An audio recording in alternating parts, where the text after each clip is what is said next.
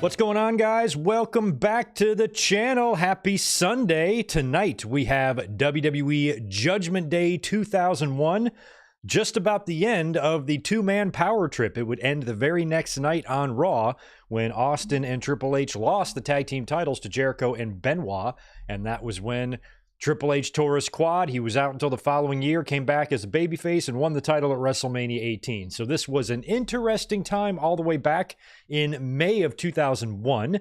So we're looking at 23 years ago. Now, the date of this show was actually May 20th of 01, so tomorrow will be the 23rd anniversary of this show. And today, as we know, is May 19th. A lot of May 19th fans I saw today on social media. So happy May 19th to everyone out there. If you celebrate, I know I do. I've been decorating all week for May 19th.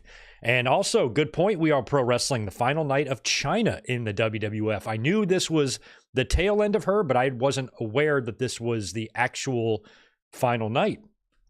Didn't she win? Wasn't she champ? What happened with the title? I don't even remember what happened there. So we'll see what happens tonight. I'm not sure. Pretty sure it's Chyna and Lita tonight. I don't really recall how Chyna had her exit. What did they do with the title with her? Did they get it off of her? I don't remember. Anyway, we'll find out. We'll talk about it tonight. We'll discuss it. Good to see everybody here. Welcome, family. Welcome back. Happy Sunday to you. Let's say hi to some channel members right off the bat, like Big J, Brandon McNeil, MJ Parker. We got Mike Witt. We have... Good. AJ Daniels is here as well. We got JJ Leg, Ben Espinoza, Ramon Coffey is in the house. Good to see Rodrigo and Ray Fran and Daniel Clark. And we are pro wrestling. We got Sly Carey. We have, who'd I miss up here? It's Robert is in the house as well. And Mike Rouse, you forget about Lucha Underground. They had storylines, but they were great. I forgot about them? I don't know. Oh, here, you can't forget. Okay, you can't forget. Okay. Well, Mike Rouse wins Random Comment of the Night award. That award goes to you. Totally random. I also like gymnastics, tuna fish sandwiches, and potato chips, if you want to write that down too. We'll talk about that later. George Morris, appreciate the $5 from you, man. Always good to see you. Hey, Greg, how are you doing? How is Tito? Judgment Day 2001, 0 out of 10. You don't like this one. 25th anniversary of Owen Hart's death. Thursday, will you be doing a video? Yes. As a matter of fact, Tuesday is going to be a 2-video day. The link to my King and Queen of the Ring and AEW Double or Nothing predictions for Thursday is already up. We're going to be going live at 4 p.m. Eastern, 4 p.m. Pacific, 7 p.m. Eastern on Thursday. But also that morning, I will be dropping a 25th anniversary video on the passing of Owen Hart. So look forward to that. It's going to be a busy week. We're going to be here tomorrow after Raw discussing that. Like I said, 2 videos on Thursday, and then Saturday and Sunday, we're here all weekend. On Saturday, we will be reviewing King and Queen of the Ring from Saudi Arabia. Will be up here around Winged Eagle time for that. And then 1 week from tonight, we're going to be doing a watch along, but not a classic watch along. We're going to be watching AEW Double or Nothing together live on pay-per-view. So it's going to be a busy week. The links to most of this stuff is already up, but tomorrow's link is not yet up. And of course, the Owen Hart video will just be dropped on Thursday morning. So keep that in the back of your mind and keep that in your schedules for later on this week. I have not gone back and watched this show in many, many years. I don't remember that much about it. I know it's the 3rd May pay-per-view of Stone Cold Steve Austin versus The Undertaker. They wrestled at Cold Day in Hell in 1997. 2 years later, the same night Owen Hart died, they also wrestled at Over the Edge. And here, Judgment Day 01, they are locking up again. So Taker and Austin really liked to face each other at this particular pay-per-view. Even though they've wrestled 3 times in May, each pay-per-view had a different name. That's kind of interesting, too. So, like I said earlier, Austin's a heel here. We're about to start the invasion angle the following month, and we're in the middle of the two-man power trip, which is also about to come to an end. And interesting matches, I think, on tonight's show. So it should be fun. I'm sure while I've been flapping my gums, you guys have headed over to Peacock and pulled up Judgment Day. So over on Peacock, you want to go to Judgment Day Season 3. Episode 1, according to Peacock, our runtime tonight is 2 hours, 41 minutes, and 42 seconds. So, in just a couple of minutes, we will all hit play together. Once we do, the timer right below me will begin to run. So just sync up your Peacock with my timer, and we should be fine. I have disabled ads for this video, so at least on YouTube, you should not be interrupted with any ads over here, but I don't know what kind of Peacock tier you got, so you might have to deal with it over there. But it generally is pretty easy to follow along since we got the timer running and all that jazz. So we will hit play here in just a second. Also want to say hello to Fox Star Killer, 17 months, man. Technically, the last pay-per-view before the invasion started, Vince started having WCW guys running in on shows 8 days after this. That's right. It was before King of the Ring. It was, and I was gearing up for a big personal relocation. I was living on the East Coast in North Carolina, but I was moving from a very dead-end town in Eastern North Carolina down to the beach where I would really spread my wings, and that was coming about a month or two after this show. So I was already starting to plan my exit out of the current job in town I was living in and make a big transition at the very same time that all of the invasion stuff started. And then just a couple of months later would be 9/11, and most of us remember that. Mike Witz here. Appreciate the 5, dude. Good to see you. Happy curtain call day, Greg. Hope you and Tito are doing good. Early prediction for Double or Nothing. Hangman turns heel and helps the Elite.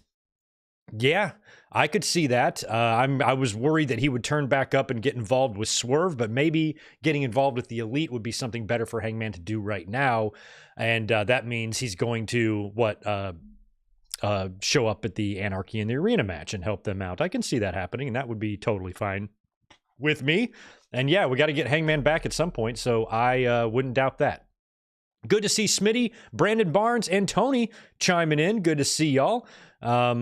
Brandon Barnes, no, it's not 2000 Judgment Day, 2001. My bad. The date is on the video title, but it's not here on the overlay. 2001 is what you're looking for. Season 3, Episode 1, Judgment Day 2001 on Peacock. Runtime is 2 hours, 41 minutes, and 42 seconds. So get over there, get that thing pulled up, and we will hit play here in just a second. By the way, cheers. I got my trusty 805s back tonight.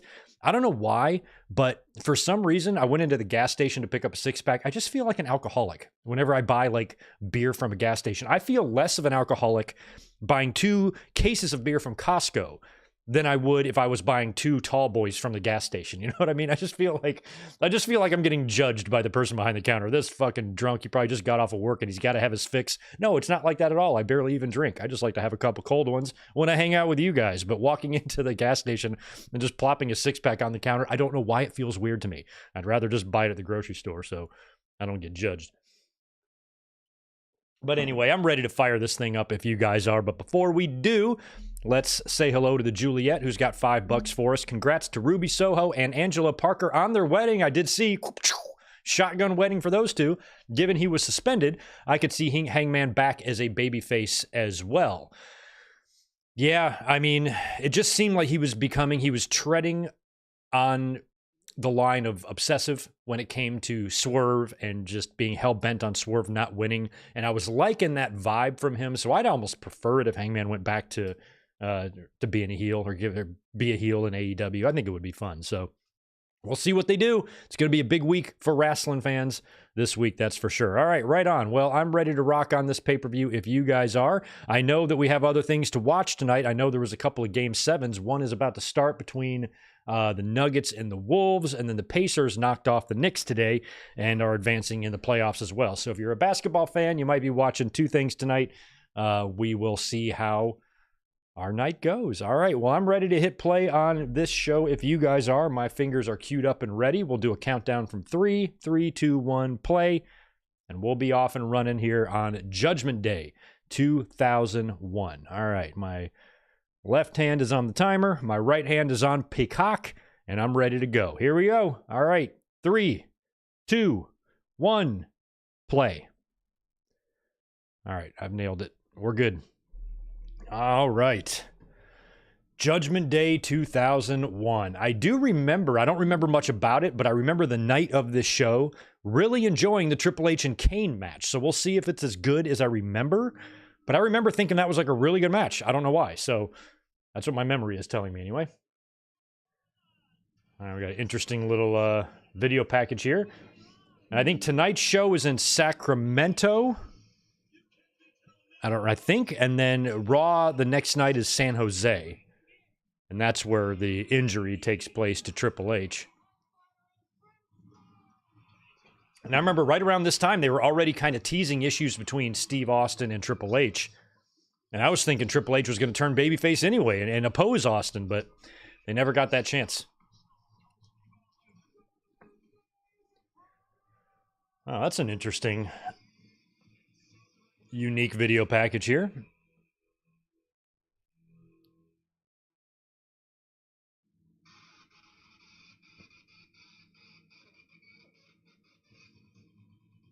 All right. K-Dog's Kennel, I thought you did... I was looking this up to see if I had ever talked about this show before. I thought we did 2000 for you. Because I know I have a review of Judgment Day 2000 on my channel. But that's 2000. This is 2001. I don't think I've ever reviewed this show. I think you donated to have the 2001 done, the Iron Man match, right? At least that's how my memory is. I know this because sometimes we've been doing this so long now, I have to search videos to make sure we haven't done one yet. So I was searching my channel for Judgment Days. I'm like, I did see that video though, and I'm pretty sure it was 2000 that we did. All right, jacked crowd as always back in 2001. Life was pretty good pre 9/11. I remember not being too stressed out about anything around this time.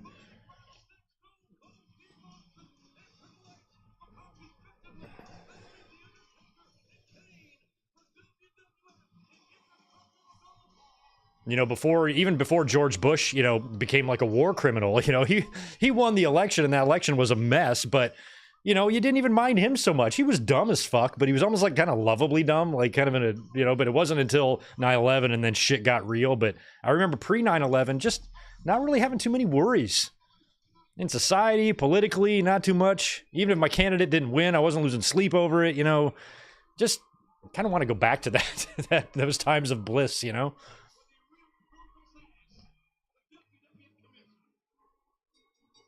I love Regal. Hello. Hello. Hello. Hello, everybody. Mike Witt, hello. I loved his music. I am such a Regal mark. There's few wrestlers that I like more than him. He's one of those guys that he's like Kurt Angle because can just be tough as nails, but ball fuck hilarious at the same time. Hello, all my friends in Sacramento. Oh, they're not in Sacramento. They must be somewhere else.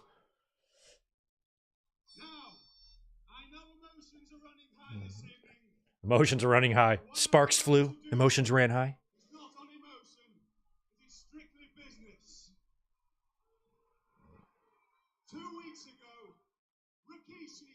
Oh, it's okay. It must be Rikishi. I don't even know what the matches are.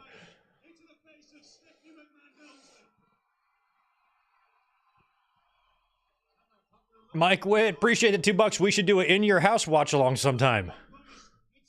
Bro, last week, we just did one. Remember? Good friends, better enemies. Were you not here, Mike? Do you not remember? Mike is losing his memory, y'all.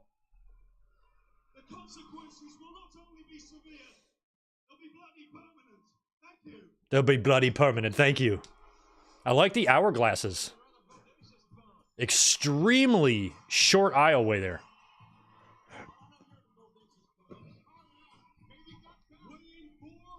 How big is Arco Arena? Is this where they are? Is this where they are? Arco Arena? Let's look this up. Are they in the same building that the Kings play? Sleep Train Arena. What the fuck is Sleep Train Arena? Oh yeah, it used to be Arco Arena. Okay, so it is Arco. So I'm pretty sure that's where the Sacramento Kings play. Attendance is 13,600 for this one. Just looks a little small. I don't know why. Whole chunk of empty seats over there by the hard cam. Better post those pictures. WWE 2001 in the mud.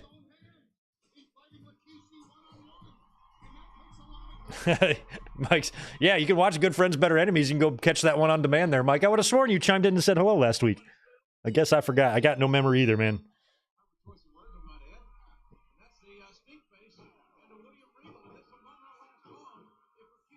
Yeah, last week was Mother's Day, so we had to do a shorter one. I got home kind of late. So we just did a 2-hour show.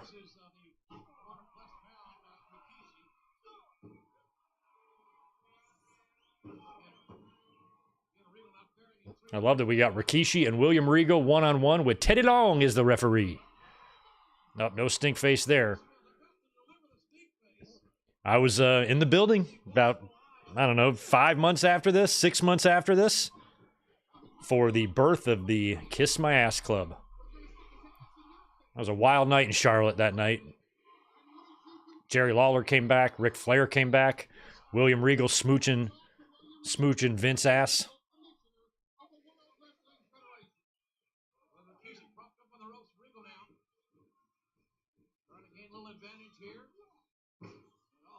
Nope, he's gonna get. Ugh. It has got to be. I would be scared to execute that. Like, if you're underneath Rikishi, he's going to sit down on you and have to move out of the way in time. Like, what if you move out of the way, but you just don't make it all the way and he, like, squashes your head or something?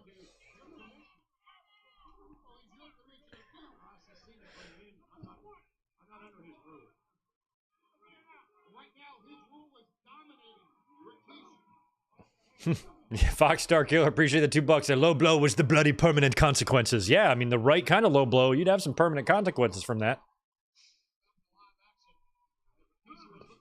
The kid who swallows too many marbles doesn't grow up to have kids of his own.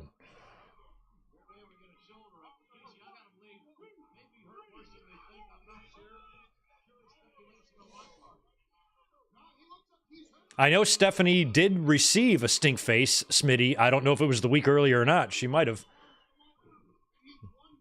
She was on TV, you know, then, because Triple H was on TV, so.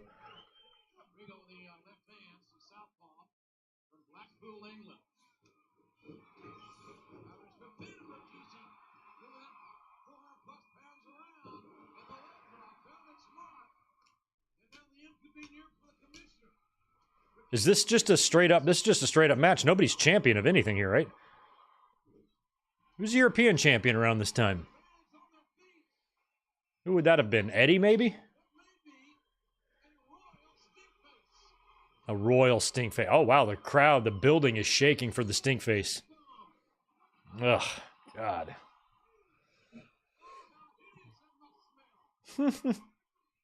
How hideous that must smell.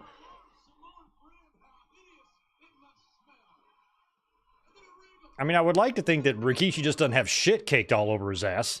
I mean, I'm sure it can't smell pleasant, but you should not have this horrible odor of shit in your face. That'll put hair on your chest. Paul Heyman. Look at the look on Regal's face. That'll put hair on your chest. My dad used to say that about horseradish. That'll put hair in your chest. That'll put lead in your pencil.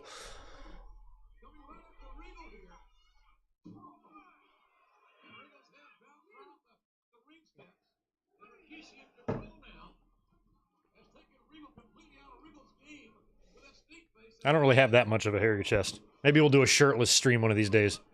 1,000 likes. Next stream. Good naked work. Oh, Regal's busted open.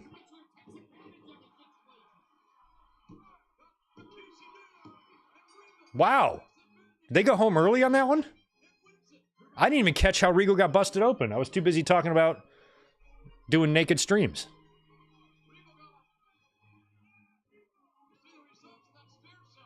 Oh, yeah. From the stair. Okay. I mean, 1 minute he's got this horrible look on his face from the stink face. Next thing you know, he's busted open and winning the match. All right. I'm happy with that outcome. I will always root for William Regal, no matter who he wrestles. Because he'll never wrestle Bret Hart, so I don't have to worry about rooting for Bret. So it'll be Regal.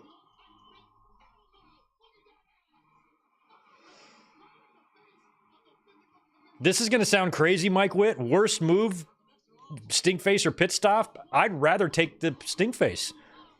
Because at least there's a layer of fabric there. And if you kind of like turn your head, but you can't avoid the pit stop is just... Oh, and sags and knobs are so gross. They just physically look... I can smell the two of them through the screen. So, as crazy as it sounds, I'd rather have Rikishi's ass in my face than knobs or sags armpit in my face.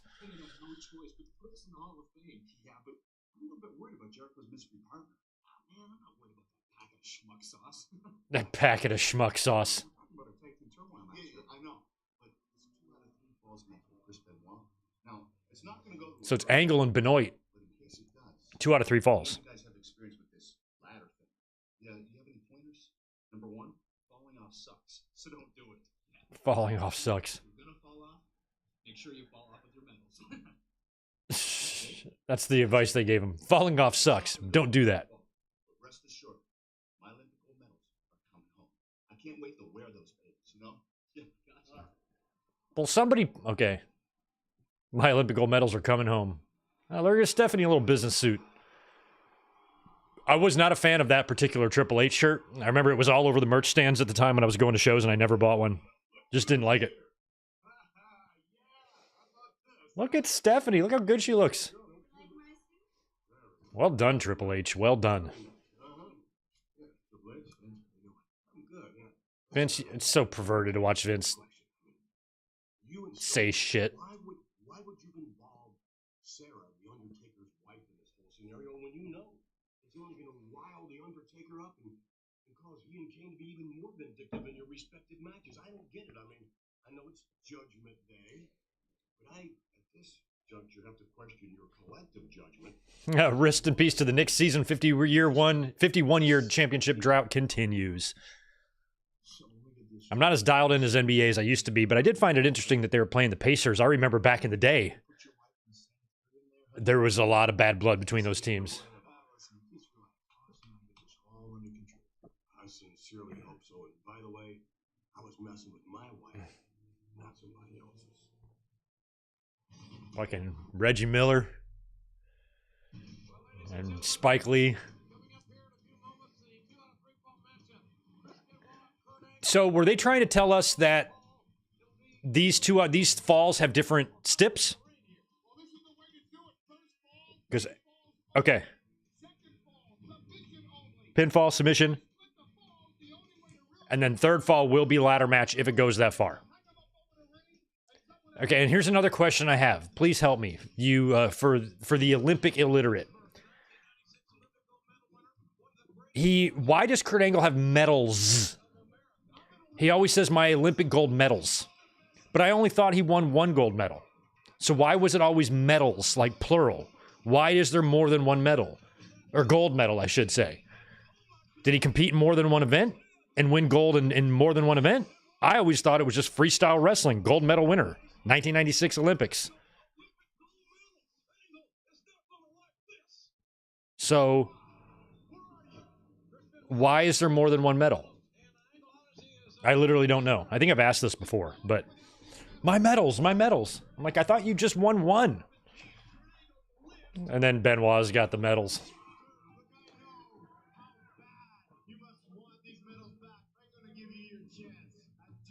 But why is it 2?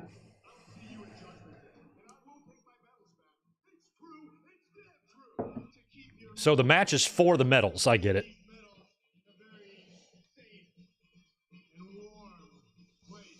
Oh, he's gonna oh, that's nice.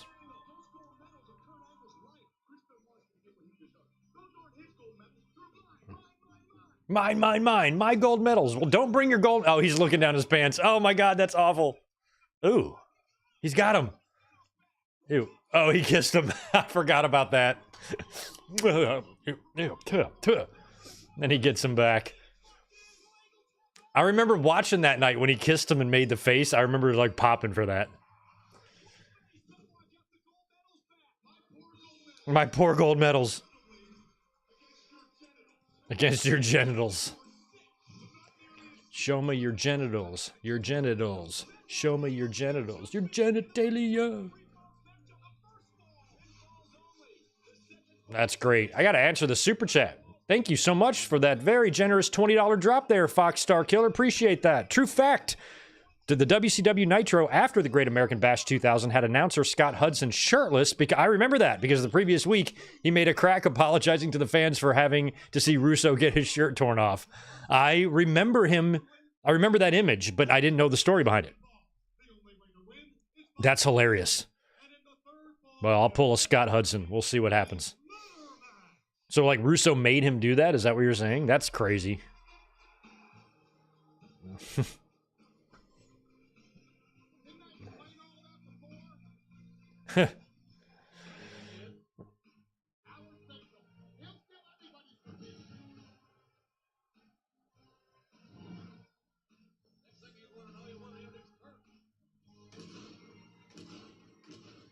just kind of looks, the way he's doing his little pyro thing just looks, it looks smaller scale. I can't get over that. You got like literally a 10-foot entrance ramp there.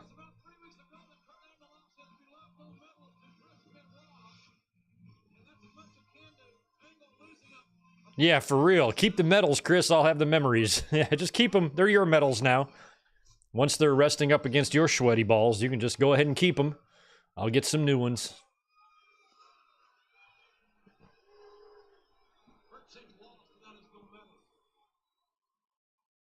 Listen up, because I have something very special to say. Very special. Your Olympic hero is very excited because tonight, my Olympic medals. Hassan Terrell, congratulations on your new haircut.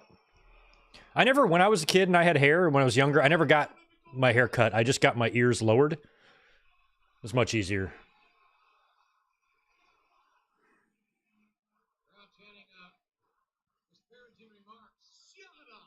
Shut up. I'm excited to see Benoit and Angle wrestle 2 out of 3 falls. Nobody's explaining to me why there's medals, why there's more than one medal. And Kurt, I'd like to hear it from you.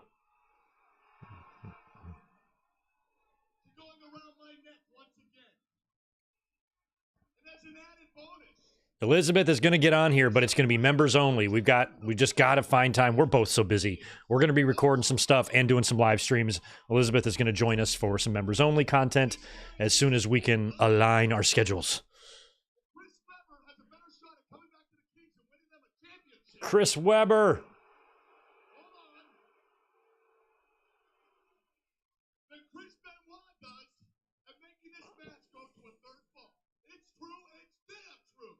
I remember the year that the Michigan Wolverines went to the finals and lost to Carolina. When Weber did the timeout thing. They had a Final Four game against, I think it was Kentucky, and I remember I was out of town with my family. I think I was at a bowling tournament, and I would have been like 15 or something. And we were all staying in a hotel with my family, and I was like, Mom, I'm a teenager. I was hungry. They gave me money to go down to the hotel bar and order a hamburger. I went all the way down there by myself, ordered a cheeseburger, sat at the bar with a cheeseburger and a Coke, and watched Michigan and Kentucky on the TV, and Michigan won. And I'm like, they're gonna win. They're gonna win the whole thing. I was rooting so hard for my former home state, but it was not to be. Weber called timeout. Michigan lost, and the Fab Five never brought home any championships. So sad. And then Chris Webber went to go play for the Sacramento Kings. Played for the Pistons for a little while. Maybe Orlando. No, I think I got drafted to Orlando. Trade for Shaq, something like that. Oh. God. Now, these guys worked Mania as well. But there wasn't much of they just kind of threw that match together, I think, at Mania 17, if memory serves, just to give them both a match. Now they've incorporated the medals into this to at least give them a story and a reason to have another pay-per-view match. But the match for the medals is weird, especially since I don't know why there's more than one medal. Like, imagine if you win a gold medal and then you just run around with a bunch of medals acting like you won a bunch. To me, I think Kurt Angle's kind of a liar. Angle slam by Benoit. Are we going to get an early pin here? We did! Just like that. Benoit wins the first fall. I love that they play his music.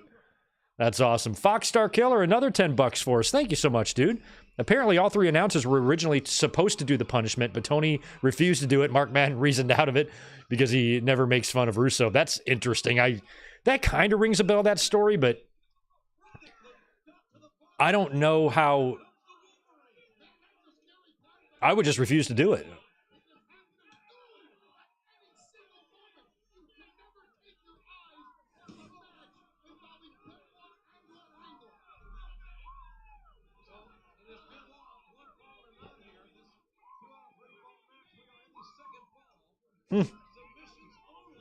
Very excited fan. Whoa, we hear you, buddy. Jesus Christ. Look at him. He's having a good old time.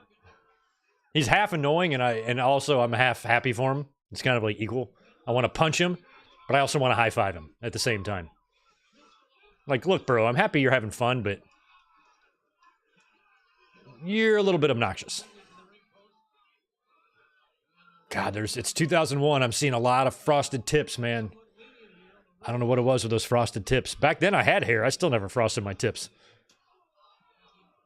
On account of the fact that it looks stupid. Ugh.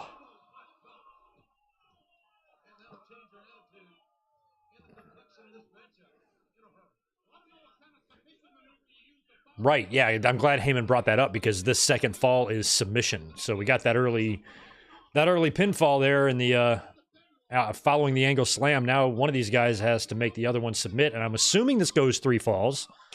I don't know why you would tease us with a ladder match and then not do the ladder match. So I'm assuming that Angle will submit to Benoit here.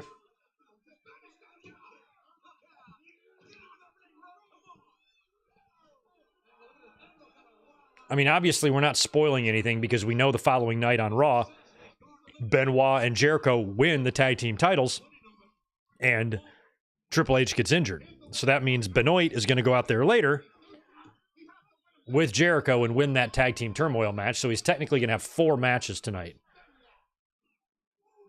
What a warrior that guy was, man.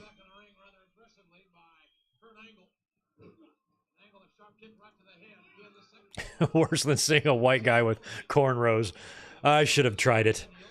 Oh, man. If I had hair, I would do cornrows just for you guys. I would go to the cornrow store or salon and be like, yo, corn me up. I'm going to do my next stream like that. And then you guys could just bully me the whole time in the chat. I'd be fine with it. I can take it.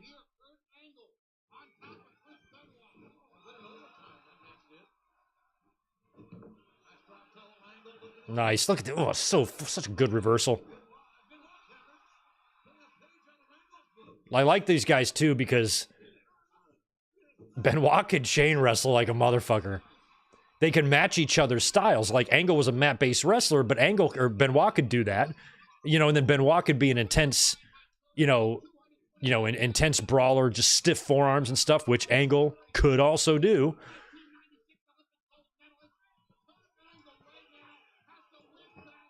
It's like Angle was probably more the gritty, or Benoit was probably the grittier, more intense like fighter, but Angle was the better mat wrestler, but both of them were equally good at that as well. So they were just one of the best, like evenly matched, like even more so, like way more so, I think, than like Brett and Shawn ever were, because Brett and Shawn were different wrestlers.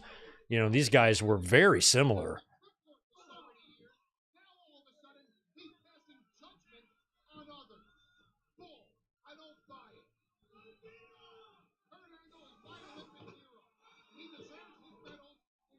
He deserves his medals. Jesus Christ. I miss these days.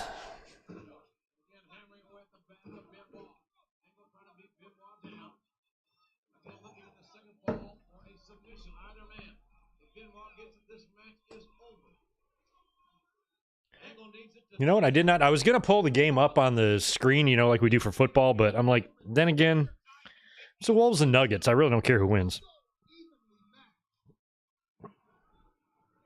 Do I not have the ESPN app? There we go. It's like, I got something on my phone that'll tell me scores of shit. There we go.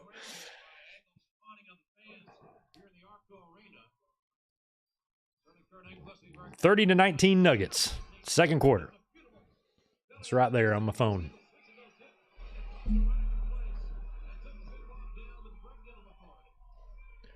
I cut myself yesterday on my phone on the glass screen protector. I was fucking with it and it poked me, cut my finger, blood everywhere. So I got to replace this thing. I didn't even know those things could cut you. It hurt like shit too. All right, Angle's in the ropes.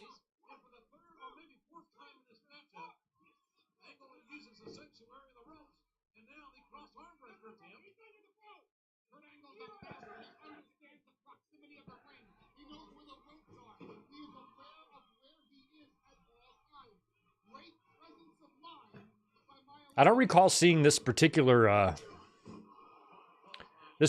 gear on Angle that he's wearing. I don't know how many times he wore this, but looks a little different. Different variation.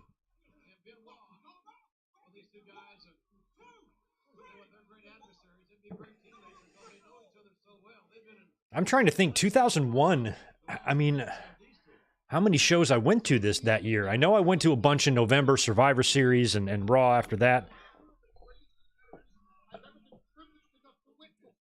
I don't even think. I think I had a drought there in 01 because I did a relocation. I don't recall going to any shows during the WCW buyout time period or throughout the whole summer, really. Nice. Look at that snap. Oh, my God.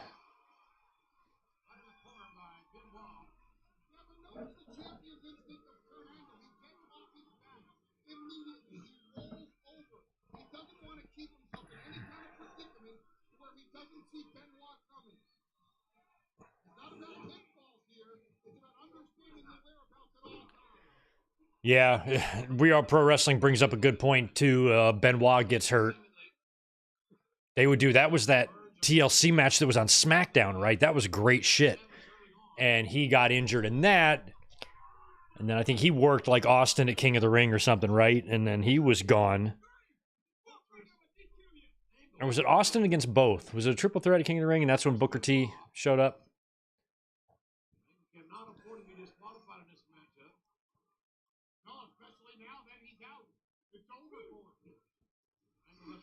It was crazy not having Benoit or Triple H for the invasion. Or Eddie, really. Oh my God, he's got it. Look at that. That's the Walls of Jericho, basically, is what he's got. Yeah.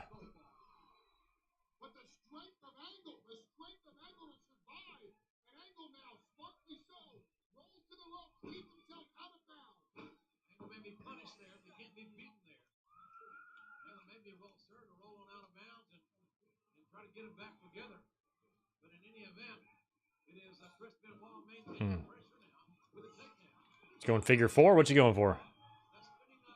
Oh, spinning leg lock. No, he's going for a figure four. He's got it. God, he's got to get that foot tucked. Jesus, that's got it. That is awkward positioning. Jesus. Figure fours hurt. They like hurt for real. I know. I used to put it on my sisters when I was a kid. They would scream in pain, and they weren't selling. It really hurt.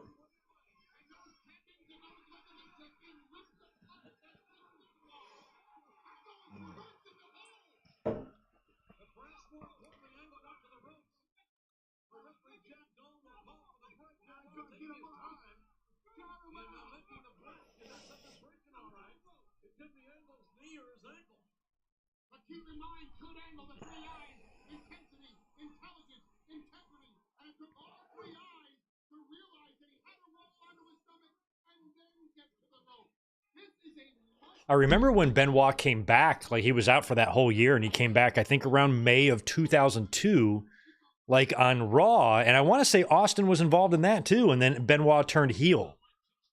And he came back kind of as a baby face and then turned heel or something. I kind of remember his return a little bit in 02. But that was a shame losing. I just wish that Benoit, Eddie, Triple H, and Jerry Lawler could have been around for the invasion. Would have been interesting.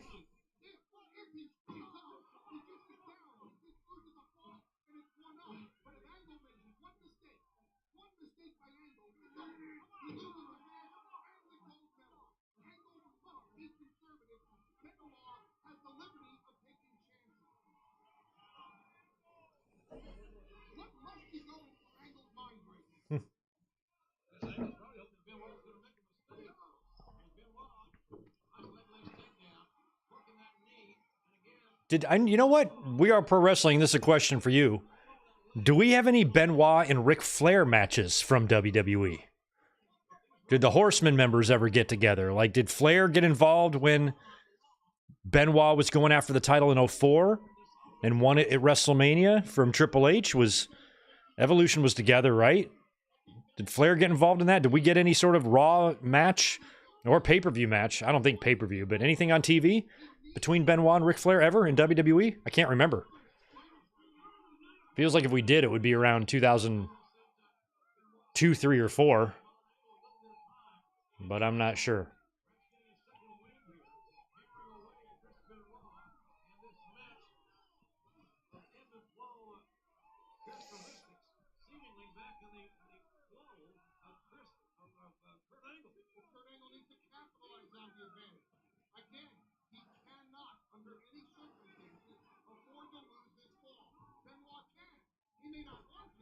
So great. Physical peak for both of these guys. It's maybe not Benoit, but Angle for sure.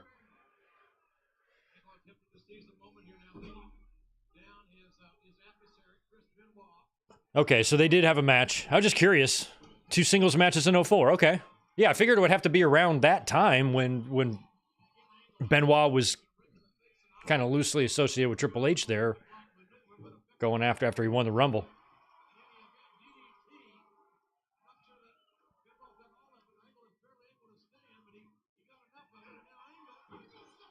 Angle slam.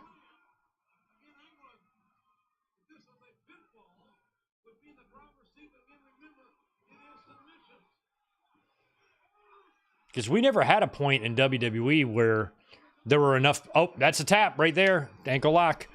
Where you could have done a Horseman reunion. There was never, Malenko and Benoit and Flair probably there at the same time, but no one else. All right. And I thought he was going to get the medals to give to Angle. Why doesn't Angle just take the medals now? They're my medals. It's my property.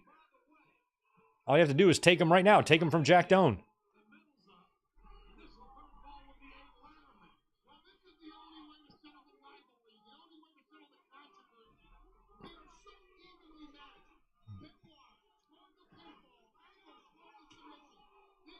Oh, okay. So they have wrestled, and they've wrestled for a championship. Nice. All right. Benoit and Edge won the tag titles off Flair and Batista in April of 04. Okay, cool.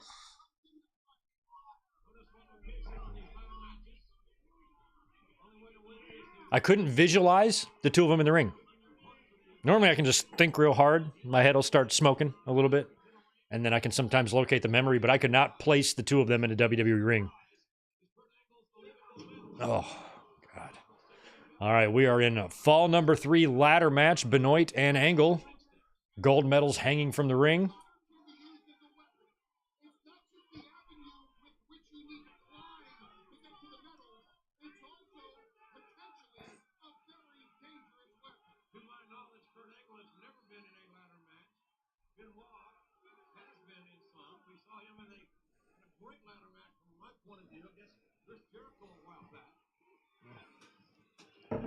Oh, I was. Wait a minute. What year was that? I was at a show in 2001. No, wait. It would have been the following. Well, shit. What the hell am I thinking? What is the show that Angle does the big? It was in Richmond. I was there. Angle does the moonsault off the cage. Austin is on commentary. That month, yeah, that's this month, or the following month, or it's just happened or something. Yeah, so I was at a few shows in 01. Because Shane McMahon got involved in that match too. He came and sat right next to me. Oh, that ladder looks super small. Like, is it me, or is that like a tiny little ass ladder? Or maybe this is before they started bringing out the big guns. But no, we've had the big ones out. We've already had 2 TLC matches. Or 3.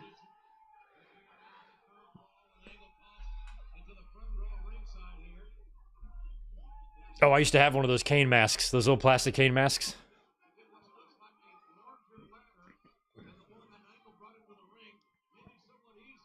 One year when, might have been that show I was talking about, we went to, me and my buddy went to a show, and we both brought replica belts with us, and we both wore the Kane mask. And so you just got 2 guys in Kane masks holding belts. Not everybody had belts back in those days, so everybody was very interested in looking at the belt, touching the belt, holding the belt, seeing the belt. Where'd you get that belt? We were fucking celebrities. I swear I was one of the first people to get a replica belt. So taking that shit to a show, people were shitting their pants. You had to be careful, too. I was worried one of the sketchy fuckers would run off with it. Everybody wanted to hold it. Can I hold it? Can I hold it? Okay. If you run off with it, I will hunt you down and run you over with my car.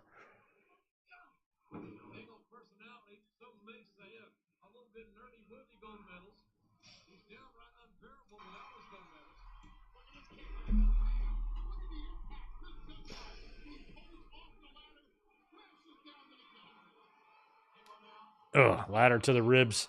This ladder is definitely bigger. This is the one they should have been using the whole time.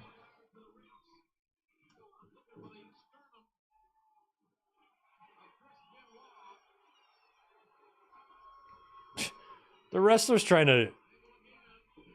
Oh my God, wow. Gotta be careful not to chuck that ladder into the crowd and pop a little grandma in the front row in the face with it.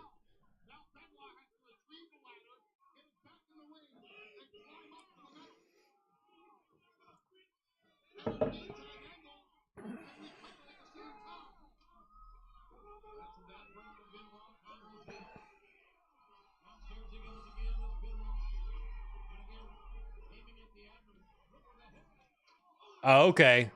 They're all going. Okay, so yeah, it was coming up here. So I know it was in Richmond because I remember the building. I remember going up there, and I was behind. I was sitting on the floor behind the announce table, and then Shane McMahon was doing a run in. I was on the aisle, so like I was in the seat on the aisle, and I'm sitting there watching the match, and I just looked down to my right, and he's literally crouched right next to me to the point where I could just put my arm right on his shoulder. Didn't even notice him. I'm like, and he was just crouched down waiting for his cue. Nobody saw him. I like nudged my friend. I'm like, Shane McMahon is sitting right here. And I was like, looking at her. I'm like, go. I think you should go. I think you should go now. And he was just waiting for whatever cue he was waiting for. And then he darted into the ring. Fun times. I have so many memories like that.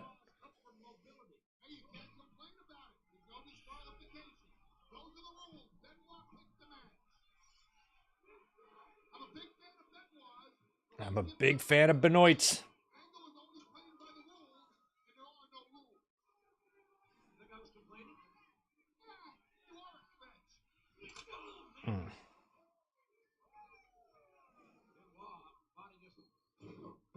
Jesus. God, vicious right hand. Benoit, this match is going a decent amount of time. It's quite the night here for Benoit and quite the night tomorrow for him.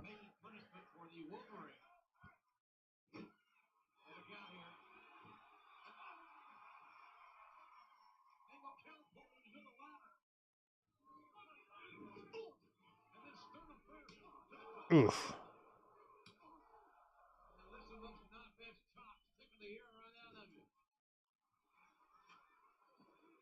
Oh, I don't know what they're trying to do here. It doesn't look good.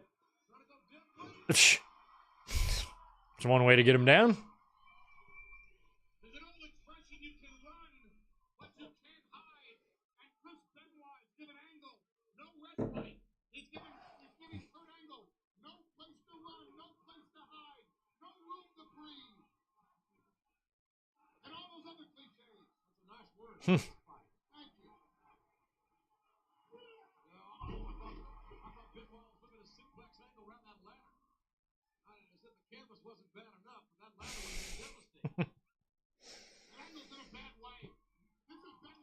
The signs tripped me out 23 years ago.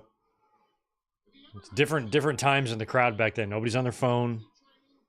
Everybody's just watching. You gotta get, no, Ben, no, Chris, you have to, no, you have to put the rope. He doesn't know what he's doing.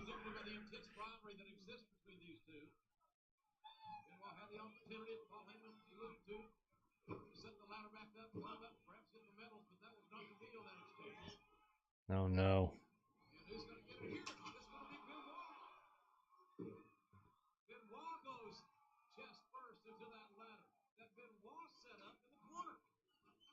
Oh, we're gonna get some seesaw action here. I'd be careful with this, guys. Y'all ain't the Hardy Boys. Oh, suplex. Okay, I like that. Jeez.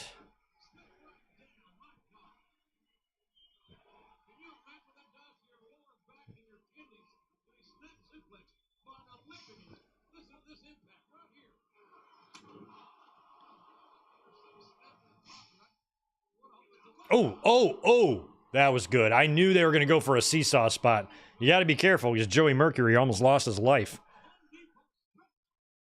A Home Depot special.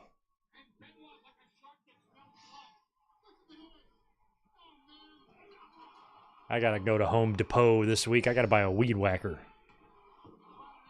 Or another one, excuse me.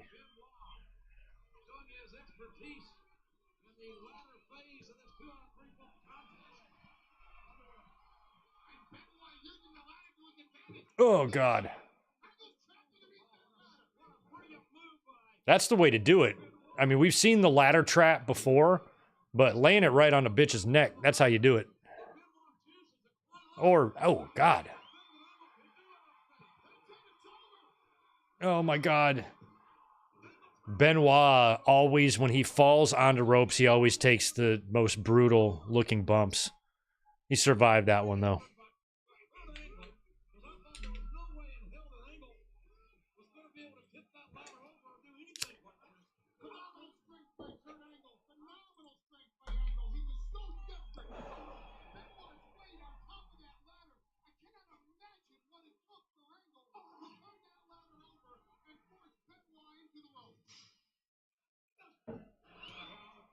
Love the overhead camera.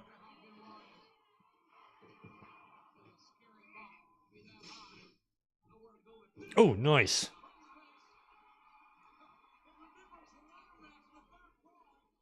Benoit could be so quick with the takedown. He's tapping, but it's a ladder match. Uh-oh, here comes ENC. Oh, okay, this is going to make a lot more sense then when Benoit comes in later. So Edge and Christian are here to help out Angle. It's totally legal. It's a ladder match. These two buffoons who both have huge championship matches. 1 week from today, those two buffoons. Edge defending the TNT and Christian challenging Swerve, and there's Angle. He's going to make it. He's got him. Oh, and he takes... Oh! He got the medals. That's all right. Benoit's going to get some revenge later on.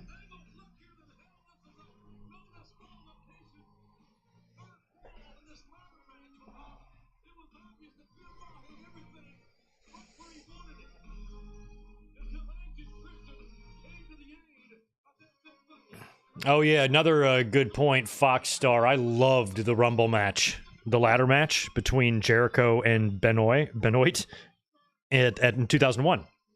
And that was for the IC, right? Pretty sure Jericho won that, and that was good. Good stuff. What a beautiful day in Sacramento. It's probably the exact same time then it is right now, since it's on the West Coast. RC Cola. Wow, RC Cola sponsored this one?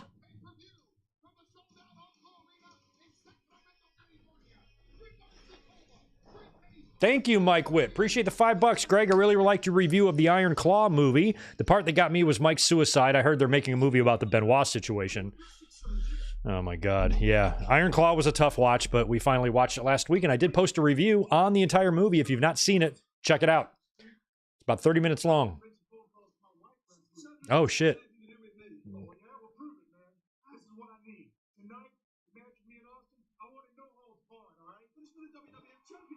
But it's for the WWF Championship.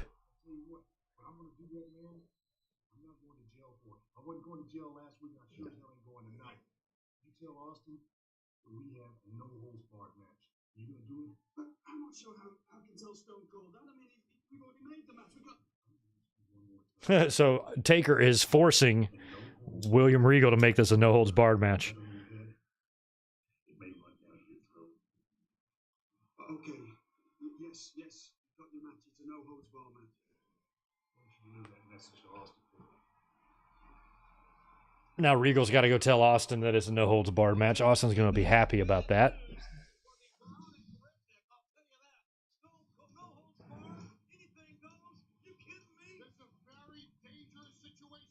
Paul Heyman with that WWF hat. It trips me out.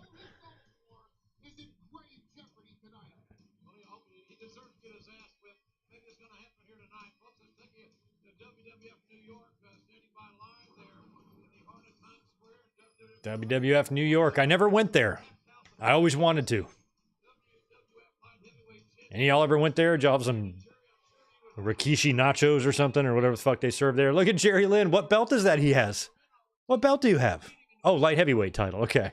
I'm like, they gave Jerry Lynn a belt?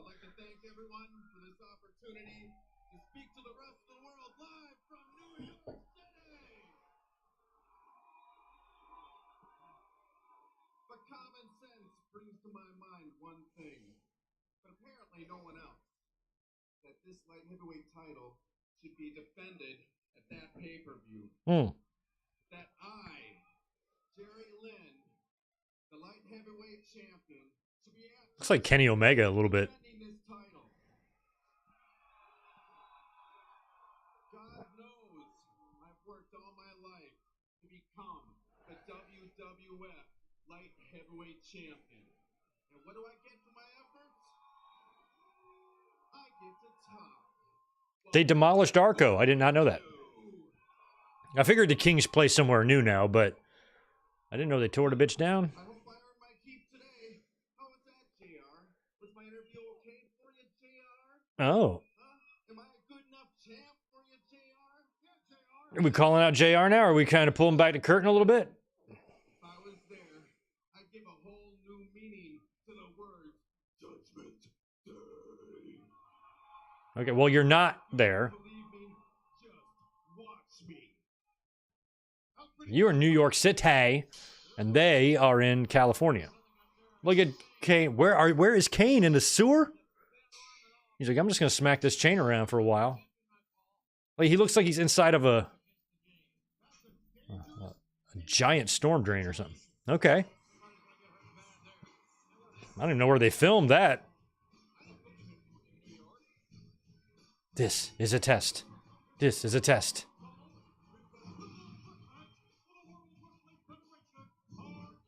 Oh, hardcore. Where is the European title around at this point? So this is a triple threat match for the hardcore title. I don't even know what this match is. I love not knowing who's coming out. So it's test. That's one. I don't even know who the hardcore champion is. Don't tell me. I just want to find out on my own. This is one pay-per-view that I just never went back and watched a ton of times. Okay, so it must be Big Show. Who else? So Big Show's definitely one of these people. And Shane, maybe? That was so nuts, that bump that Shane took. I was at SummerSlam 2000 when he took that bump against Steve Blackman. This one was even crazier.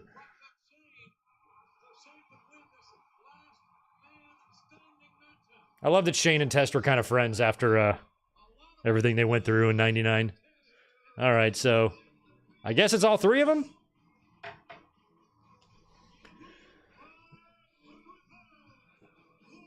Hated the Big Show's name, hated the Big Show's music, and hated the fact that Big Show could never figure out his look.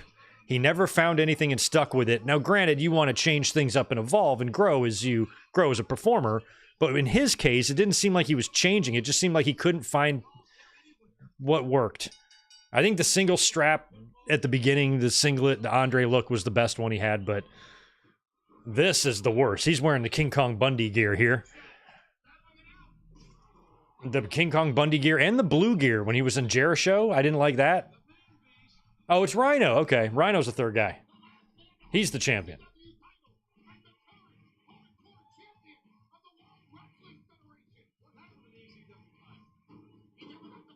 Oh, no, he's trying to... Oh, no. There you go.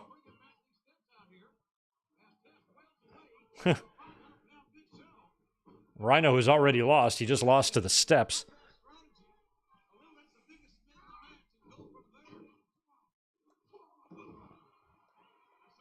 Same thing with Big Show. He couldn't figure out his look. His hair and his gear constantly changed.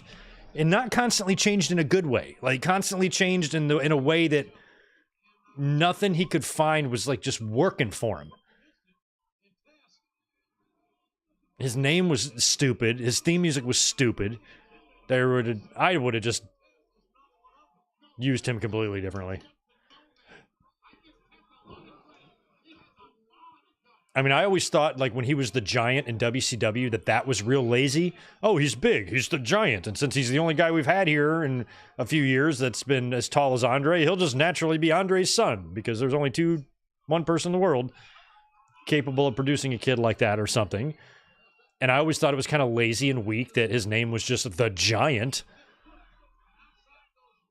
I'm like, that's all you got? But it was better. He was better in WCW than he was in WWE.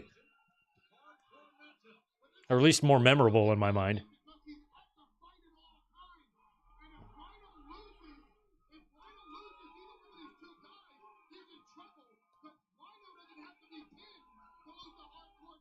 They're all in the crowd, all three of them. Battling it out in NorCal.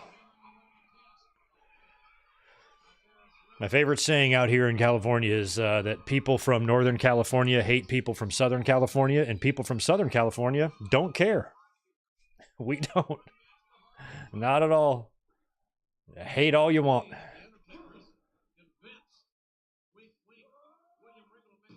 Oh.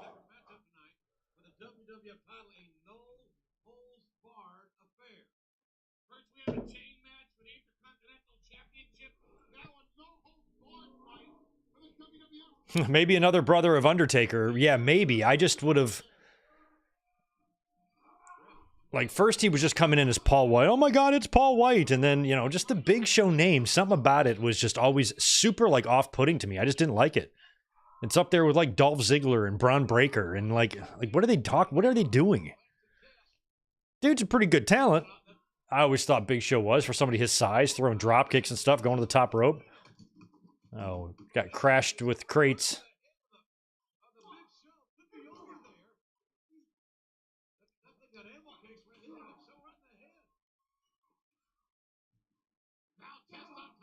All right, they are battling all throughout the back of the building now. This is where all the production stuff comes in.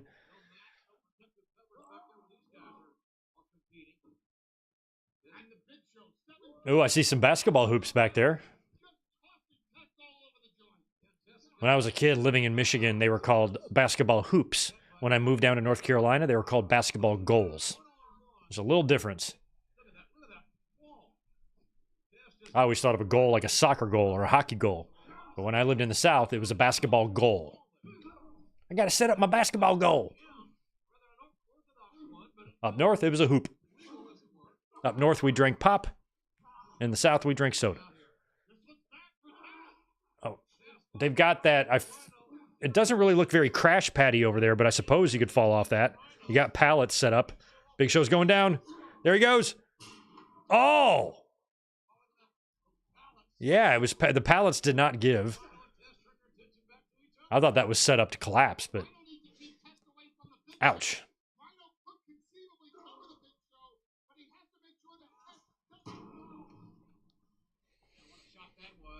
No, I have not been to Stockton, Smitty.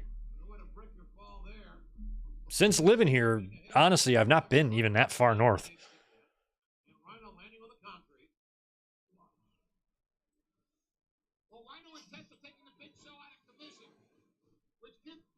Are they back out? Yeah, good. Finally, I'm back out in the crowd.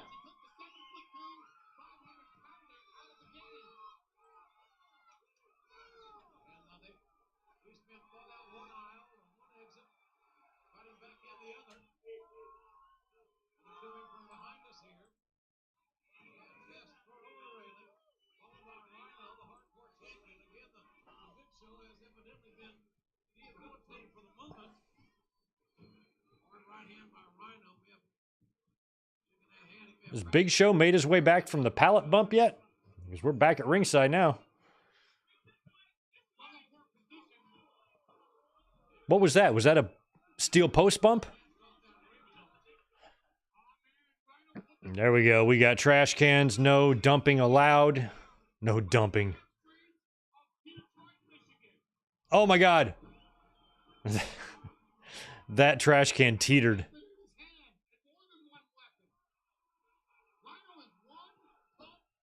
All right, I'm going to get another 805 while Rhino sets up his toys. 1 second here.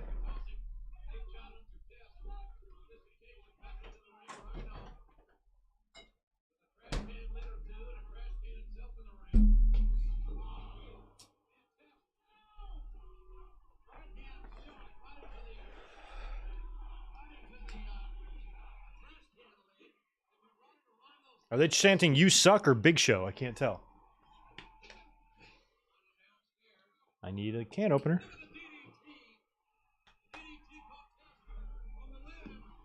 Ah.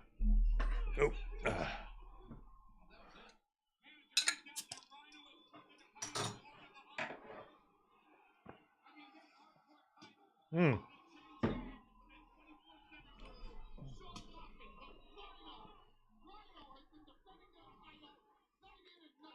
I'm I'm pretty sure I didn't look for it. I'm pretty sure I do not own this. This VHS. I don't think I do.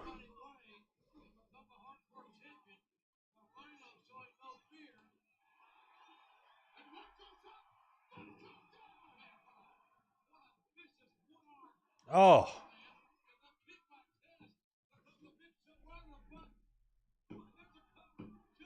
No.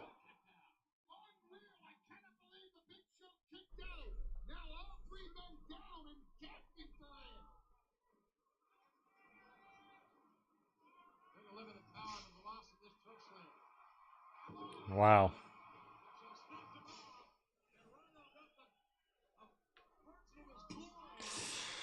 God.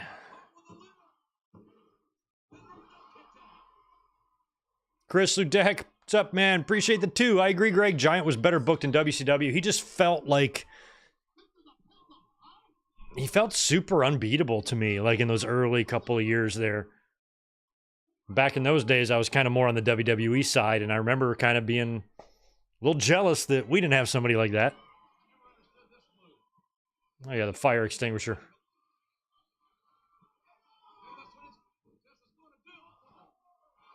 I feel like, oh my God. Is it safe just to blow that shit right in your face like that? I mean, I guess I can't hurt you, but...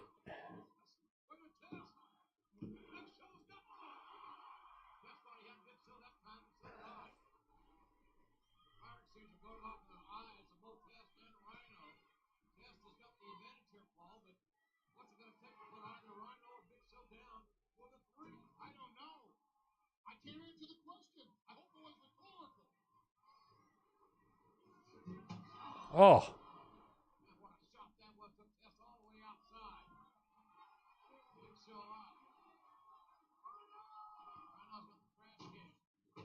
Oh. I like that. Is that going to be it? Yeah. Yeah. So he had the stairs set up in the ring. He threw the trash can at Big Show. Big Show caught it. Then he leapt off the stairs and speared him into the mat, winning, retaining the hardcore title. I'm glad Rhino won. And I'm glad he pinned the Big Show.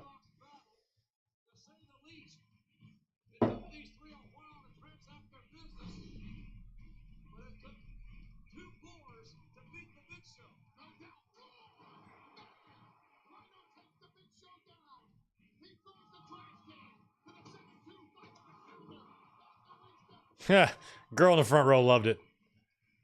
Or in the 4th row, maybe.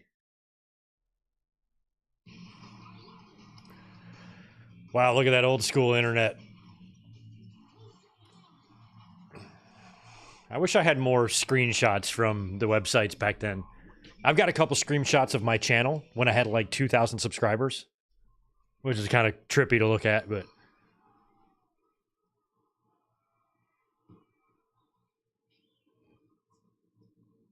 he's thinking about going into Austin's room. Hey, you go tell him, fella.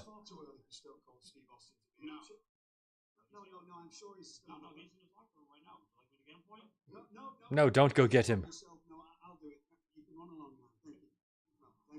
Bugger off.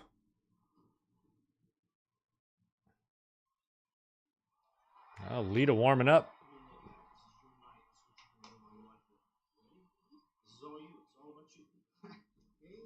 Oh, hey, Eddie. Eddie's still here? Not for long. He's about to go, isn't he?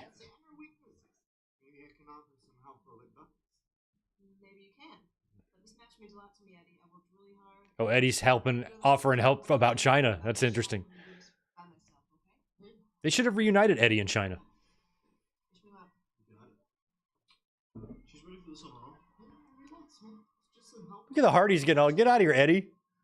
Look at his hair. Beautiful hair. What a gorgeous head of hair on that Eddie. Handsome devil. That guy. I love how that's clearly a set because you can see the roof over over top.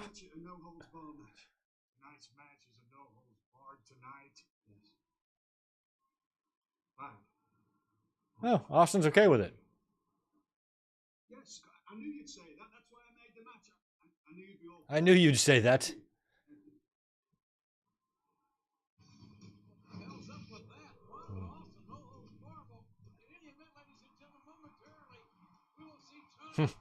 Those are weird renders there. That one doesn't even look like Lita.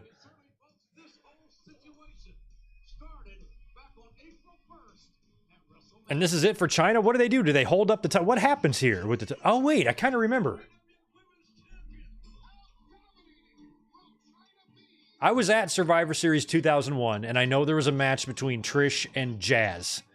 So what do they do? It's just, does she leave WWE while champion?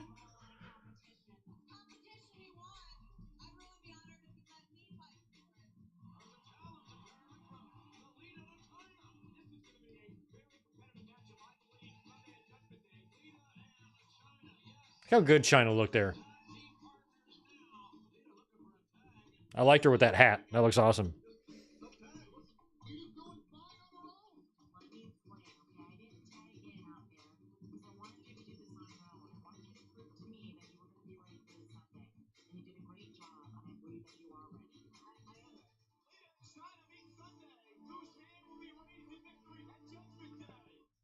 Okay, so I kind of remember this. All right, Lita was over.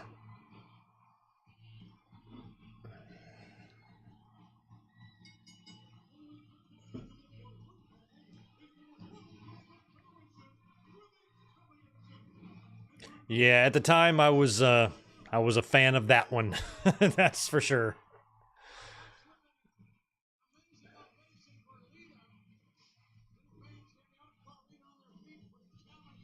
Okay, so they vacated the title until Survivor Series. Okay, so I was there. I was present when they resurrected the title. I mean, I barely remember Chyna leaving, really. I remember when she was on her way out, but I don't remember what they did with the title. But yeah, she wasn't around for the invasion, so that makes sense.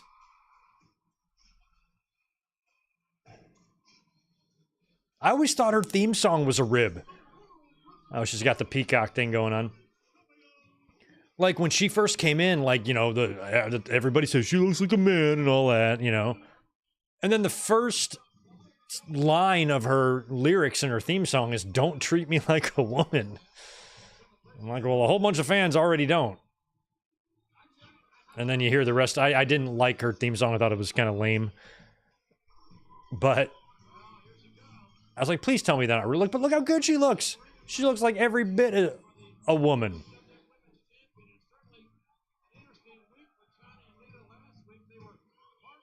I think her life is one where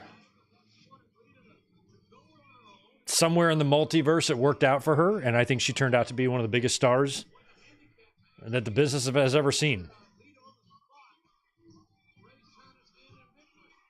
And just circumstances,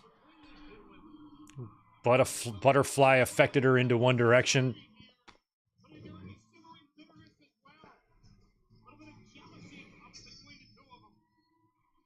I felt like she was at her peak here.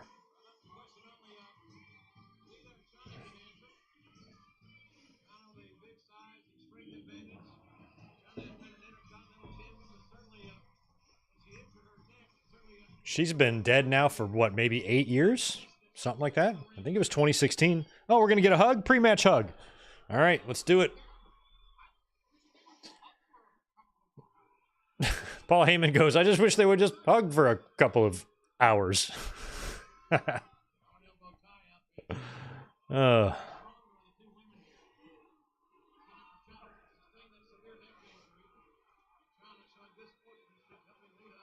My friends will vouch for this. At the time, I remember, you know, when we would just be sitting around, you know, dudes in their early 20s talking about which women wrestlers they think are the hottest and whatnot.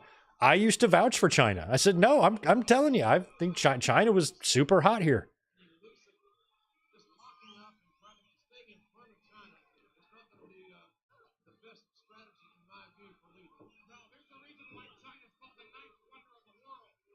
God, she's so powerful. Wow, Chyna is very close to full outage there. You gotta tuck your titty in, girl. Happens to me sometimes. Sometimes you gotta put it back in.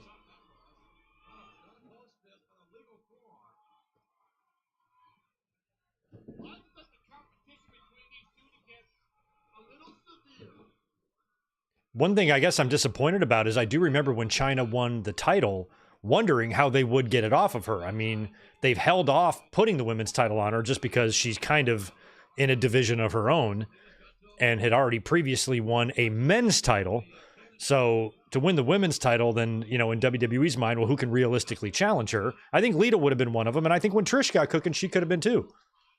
Imagine if Chyna would have hung around and been there for Victoria. Well, Victoria might have already been there by now. I'm not sure. But like when Victoria and even Jazz came in, when, I mean, even Molly Holly was tough.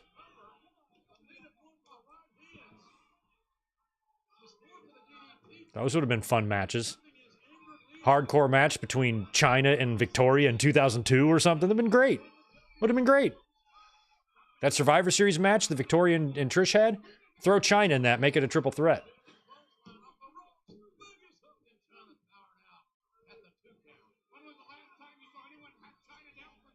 Good grief, Chyna is very much struggling to keep it together there, guys.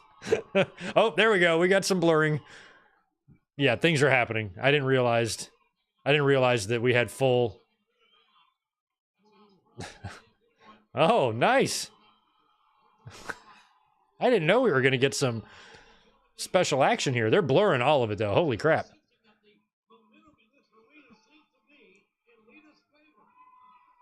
Chyna has got to get that together. Well, I have the original recording. I've got the original from pay-per-view this night. Oh.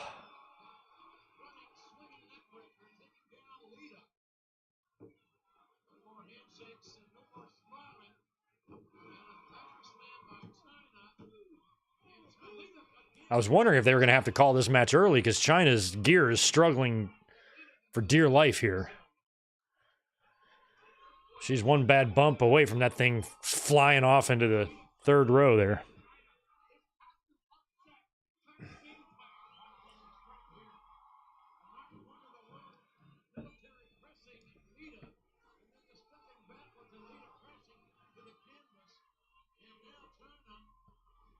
Yeah, imagine this Chyna in the ring with Jade Cargill. I'm like, oh my God.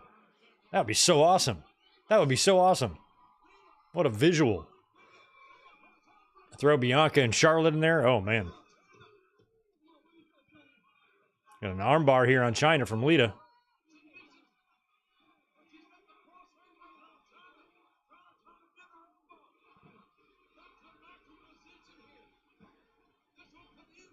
Chyna's too strong.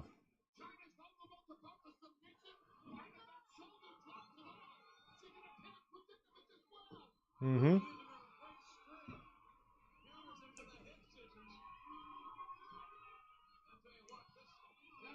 Come on, Chyna, fight. I'm sorry, Lita. Oh, Eddie's here. Help me out. Does anybody got a date on Eddie's release? I know we're coming up on it. He was about to be let go, I think, right? Because of his drug issues. Came back the following year. So it's like Eddie and Chyna kind of left together, I guess.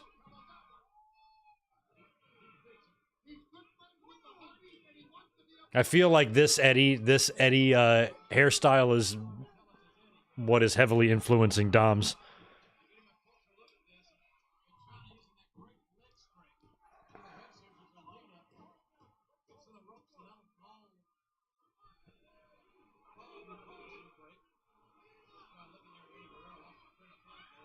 I'm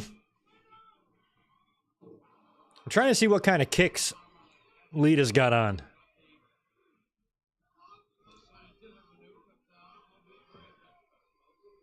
Oh, I think like Asics or New Balance or something. I can't tell.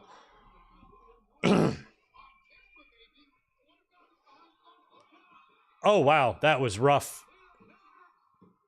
I could see Chyna losing the title that way in a quick little roll up there. Lita going for twist of fate. Nope.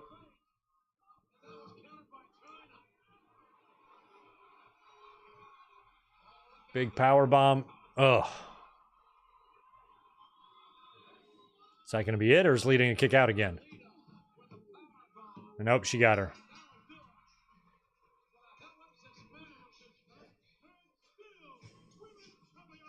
I was also in the crowd when Chyna won the Intercontinental title at SummerSlam.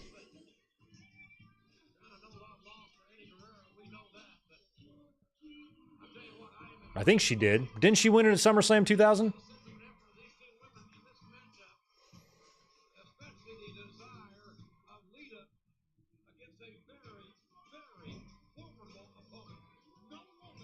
Nah, she's going to help up Lita.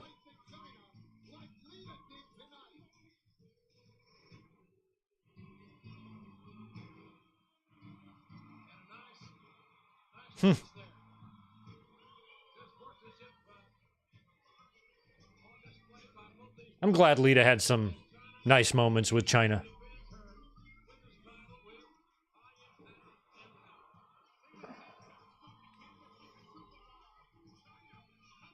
We've been watching Lita on those Treasures shows, those WWE Treasures on A&E, and they must film like 2 seasons of that in one day because Lita's just wearing the same shit in every one. All right, King of the Ring, June 24th, y'all. King of the Ring 01.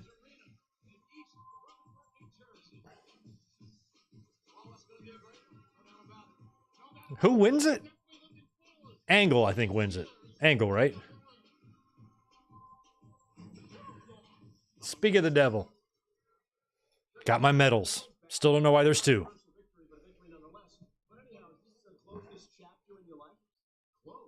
It's just beginning. After I get these babies sterilized, one night I'm gonna have a whole new, complete Olympic ceremonial reenactment. Oh, wow. We're talking about the medals, the award stand, the national anthem playing for me, the works. The works. After I get these babies sterilized, we're gonna have a whole new presentation. It's true. Way to go, Kurt. Finally, Operation Never Have to Hear Kurt bitch about his medals is complete. Operation shut down Y2J, win tag team Turmoil. Did Christian call him Y-Tool J? Y-Tool J? That's awesome. I mean, it's Judgment Day, all right? So we don't want to be the ones being the judged, all right? We got a no-holds-barred WWE Championship match. We got a chain match for the Intercontinental title. The only way we're going to get through this is if we stick together and do the right thing. I got no problem with that. I got no problem with that either, Vince. You're looking at the judge, the jury, and the executioners. Thank you. It's weird seeing Triple H with that tag title. All right, it is Kane and Triple H chain match. Right on. Okay, well, while they're running through the video package for this, I will be right back.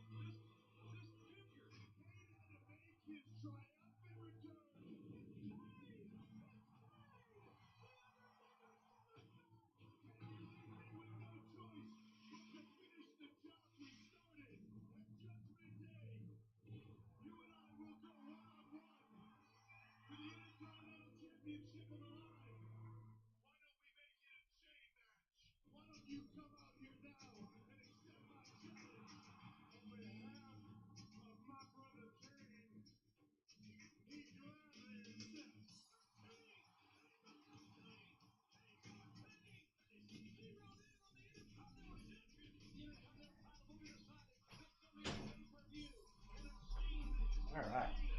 Ha, yes. Video package is not even over. Thank you for your patience.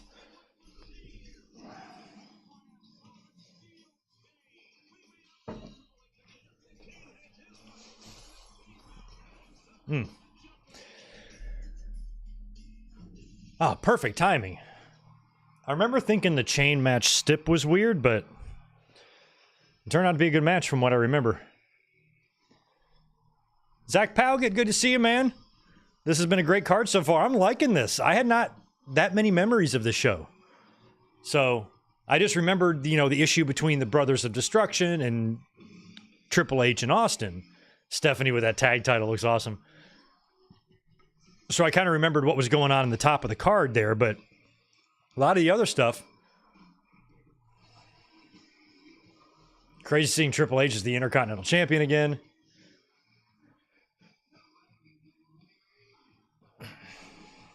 Help me out. Does Triple H have an Intercontinental title run in like 08 or 09 or something? Did he have another late one that I'm forgetting, like Rando? Or am I misremembering?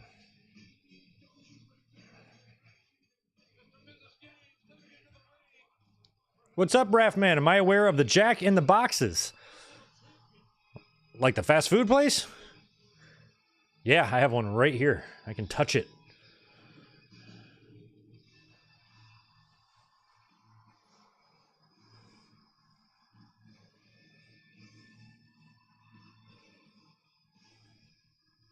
Okay, so it was 2001. Okay, so he didn't have some late one. I don't know what I was thinking of. I know Flair held it around 05 or something, right? So, okay, I'm glad I didn't have that wrong. I think what I'm thinking of is... because I think Triple H beat Jeff Hardy for that title here, right, in 01. And then when Jeff Hardy won the world title in like 2009, didn't he pin Triple H? I think I'm putting those together in my head.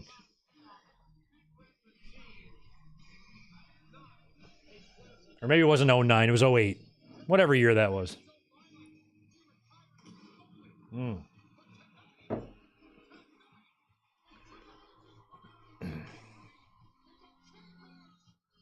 he's got a chain with him.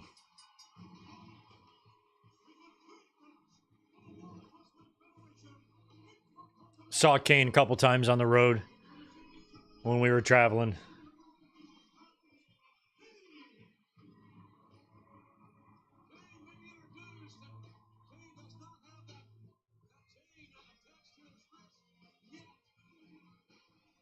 Oh, the chain is attached. Okay.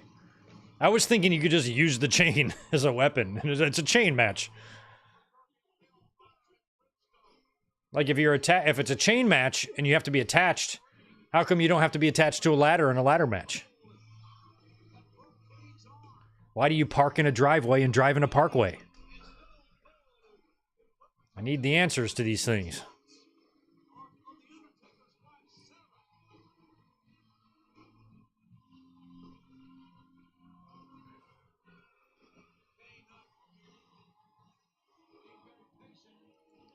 Oh, yeah. Good point. I forgot about the No Mercy match. Technically, because they unified, that does count as an IC title reign. But I had one in my head that came later, and I think it was my memory remembering Jeff Hardy winning the title that I'm starting to put that shit together. The years are going by now, guys. Like, even talking about Owen this week, we're going to get a video on that. It's been 25 years now, you know? It's like...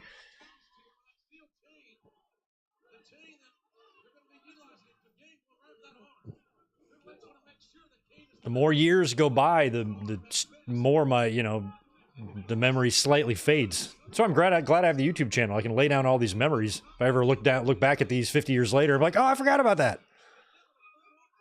I forgot that happened. I'm glad I was there to remind myself about it.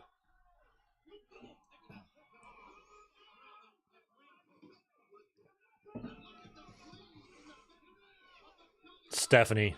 Greg was a big fan.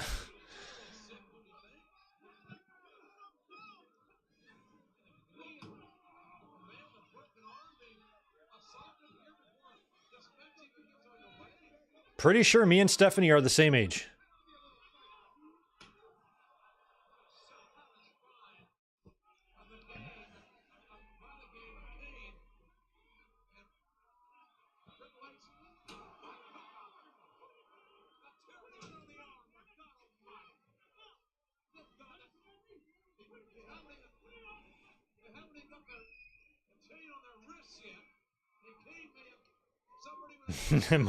You call it Jack and the Crack in Arizona? That's funny.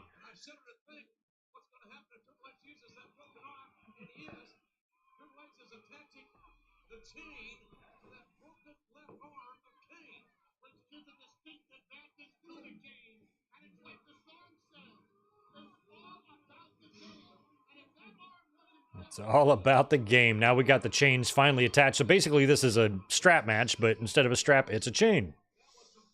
Come on, Timmy White. You got to get that strap on there. There we go.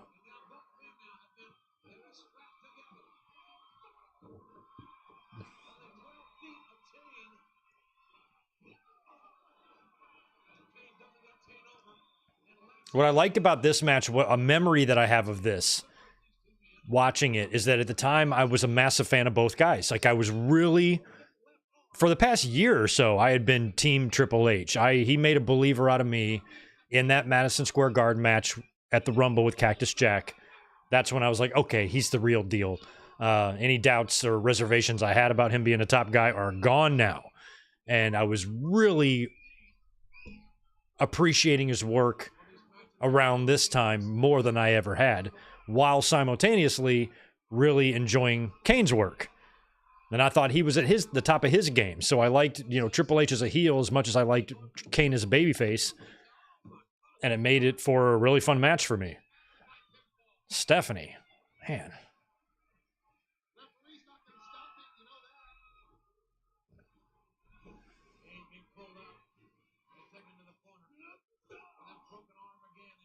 Back in the day, us kids would have said Stephanie is all that.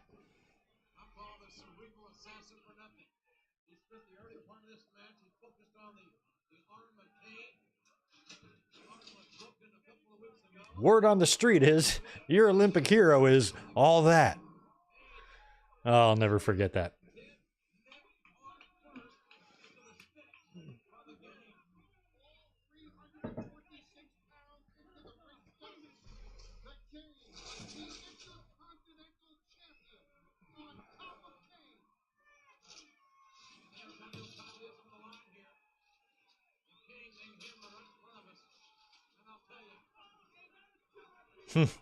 Stephanie was always such a ham for the camera. She was really good at that.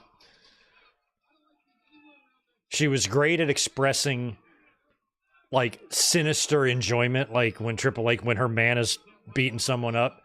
She had her facials were just unbelievable, just like her dad. And same goes for when she's angry. That wedding when she's like, rah, so great. She is amazing. Big fan of Stephanie's work back in the day. That's one thing you got to say about the McMahon kids is they were both over and they were both good performers. Shane, was tremendous. And Stephanie had her own way of doing things that was second to none, man. She was great. Oh, Triple H is busted badly. Jeez. I knew he was down there blading, but... Oh, wow.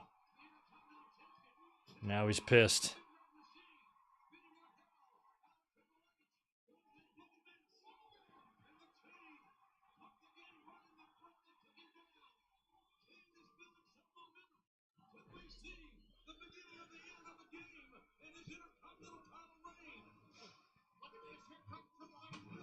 Oh, yeah. God, that was a rough bump, too. Oh, now he's got the chain wrapped in the blood. Oh, that's great.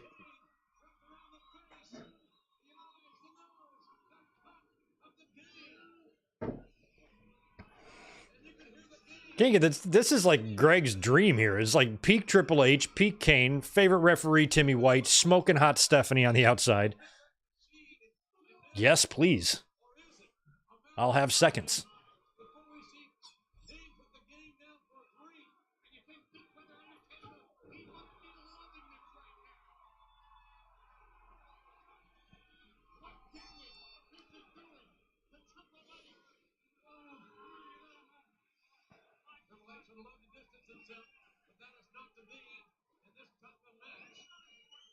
It's crazy where we were only about 2 months removed from no Nitros.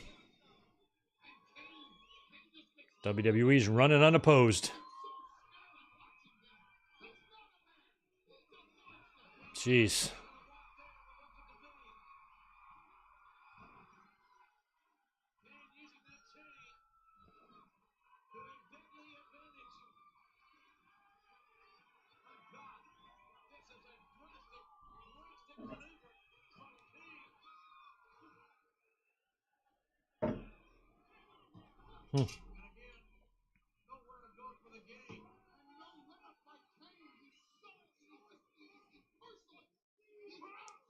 Ugh.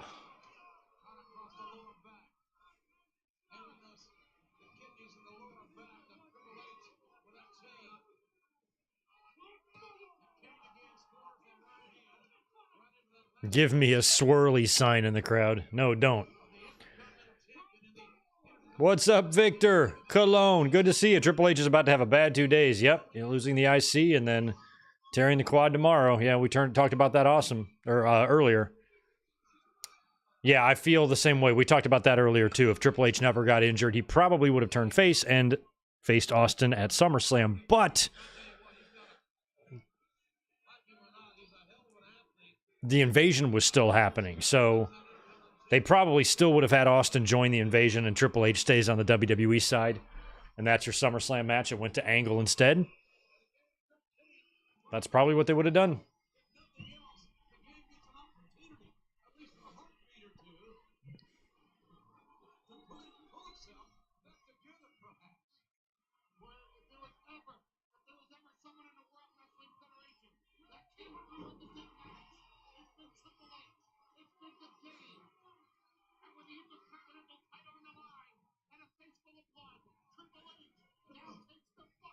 And I'm pretty sure Hunter Hearst Helmsley versus Isaac Yankem matches exist. I know they were on opposing, or they were teammates at Survivor Series.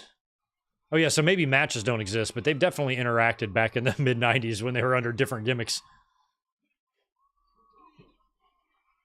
And Kane also played Triple H's fake friend.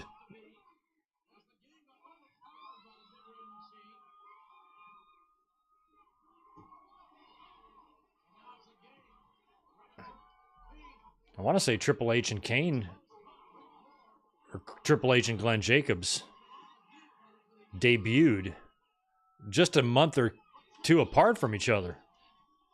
Around the summer of 95 there, right?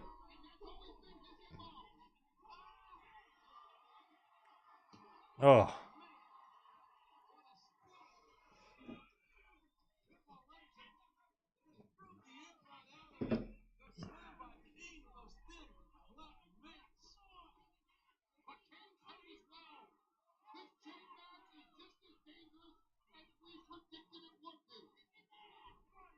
Kick his ass.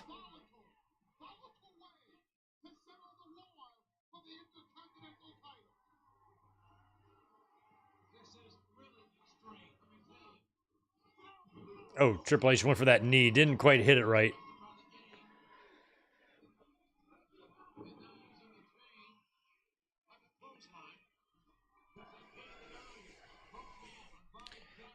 Yeah, Daniel, Triple H might have been better suited to join the Alliance, but, I mean, especially if Stephanie was going to be the owner of ECW, but I don't think they would have made Stephanie the owner of ECW if Triple H would have gotten injured. I think the reason they did that was to get her back on TV and give her a reason to be on TV.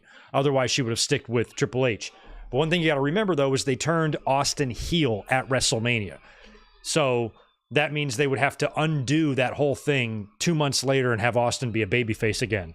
I think the reason Austin joined the Alliance is so he could remain a heel, you know? Because anyone in the Alliance was a heel. So if he's on the WWE side, he's going to be, by default, a babyface in that situation, but they went through the trouble of turning him heel at WrestleMania, and I think joining the Alliance was the only way to keep him heel, so they kind of had no choice. So I think that's why, even with Triple H there, he would still be in the Alliance. The point was to have Austin be a heel. And unfortunately, you can't really be a heel if you're going to be on the WWE side the way they were telling that story at the time. Kane to the top.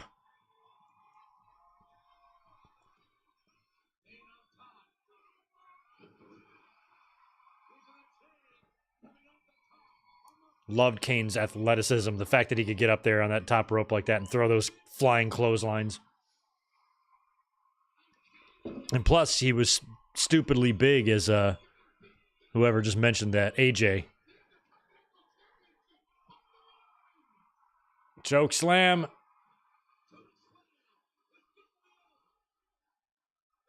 Poor Stephanie. Oh, there's Austin.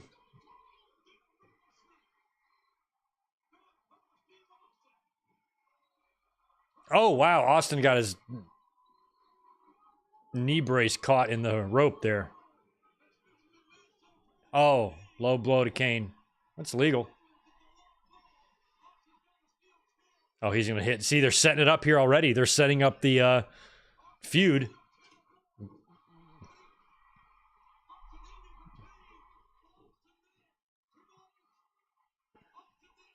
And that's it.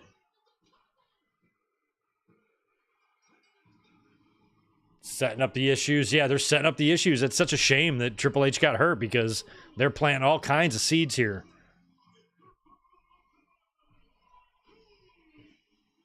Kane winning the IC title. I like that.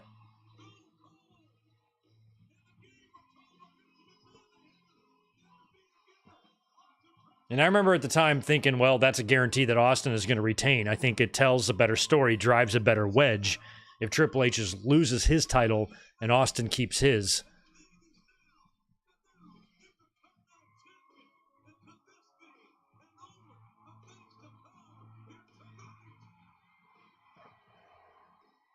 Look at Kane celebrating. I like that.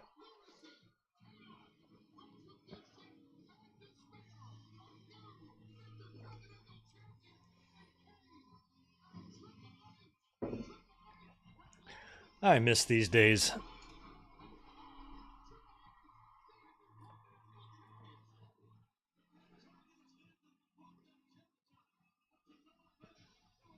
Stephanie played that role great.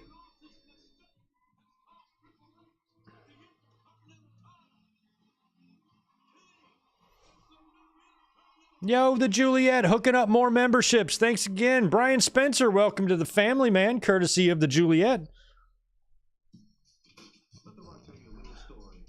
Thank you so much, Juliet.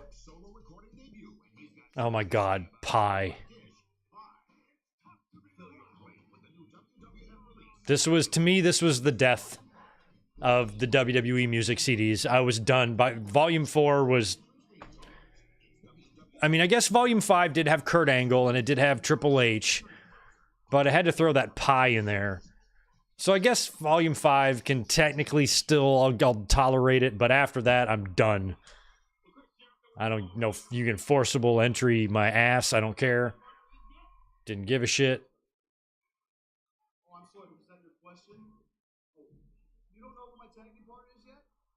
Put your boots on, Cinderella, because you're going to the ball. You know, I'll wrestle the match, and you bore them with your pointless, useless questions that go nowhere. Feeling a little bit nervous? That's all right. I wonder if that Judgment Day sign is in the warehouse. I think that having the WWE Tag Team Championships is one big celebration. Well, it's only apropos that my partner is a real party animal. And I'm not making any guarantees that we're going to win this match. We go out, we're taking Edge and Christian with us. Okay. See, he's mad.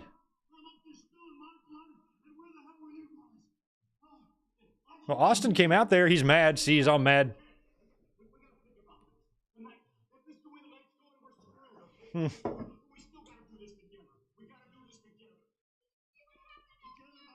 you see what happened? Look at Triple H, or look at Stephanie holding him.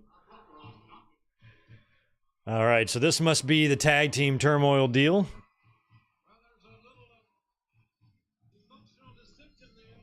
Emotional dissension. Yeah, there is. Yo, Bradshaw, what's going on with your eyebrows there? Oh, maybe it was just the lighting. He looked like he had just one eyebrow. One big connecting Anthony Davis eyebrow.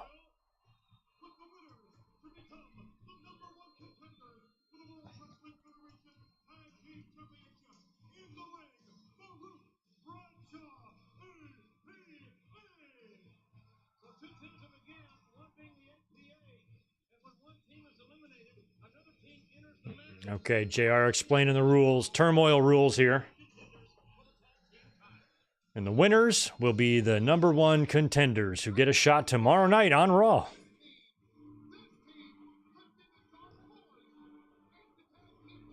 Look at these guys. We got some radicals.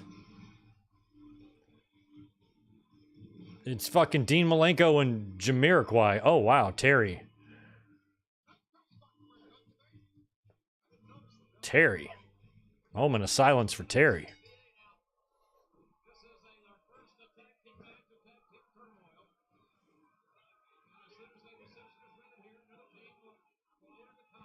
Wow, Perry Saturn and Ron Simmons.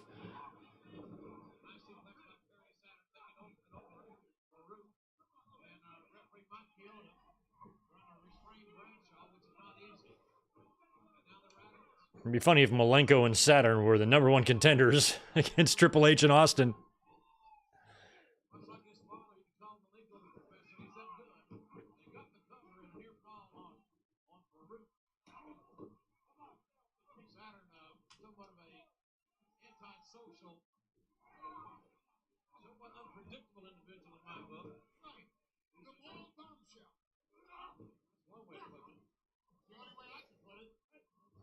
Yeah, I don't know when that match happened with Saturn. I feel like it was after this, but we're probably not far off from it. Where he beat up what's-his-face? Yo, Foxstar Killer's got another generous $20 for us. Thank you for that. True fact, I mistakenly thought the Volume 5 CD also had The Rock's actual theme music from that time on it and was determined to get that CD because of it. And boy, were you wrong. It was much better on the Volume 4. Yeah, it was. Yeah, here it was just pie. And that's it. Done.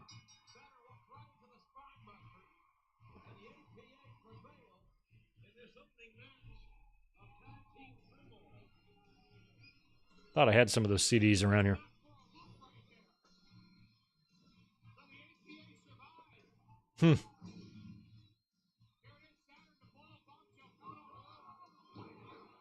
Wham! Love that. Saturn Malenko eliminated. I don't even know how many teams are in this. Dudleys are out next.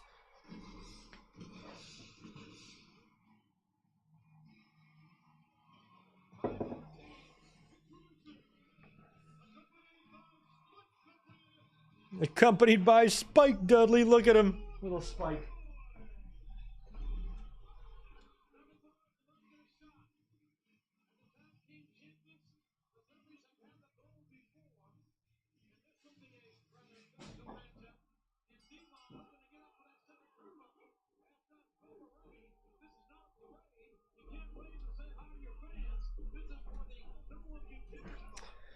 I knew I had some close by.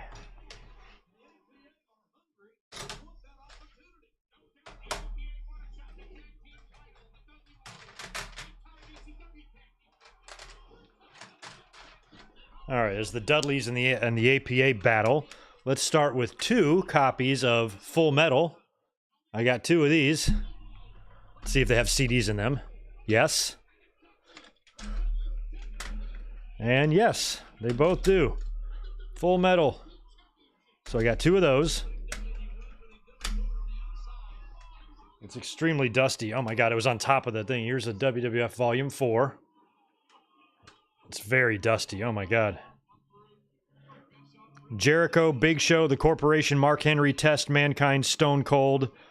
But that's not his normal music. It's some remix. D'Lo, Christian, Mr. Ass, Undertaker's Ministry. My Time is on Volume 4. Edge and The Rocks.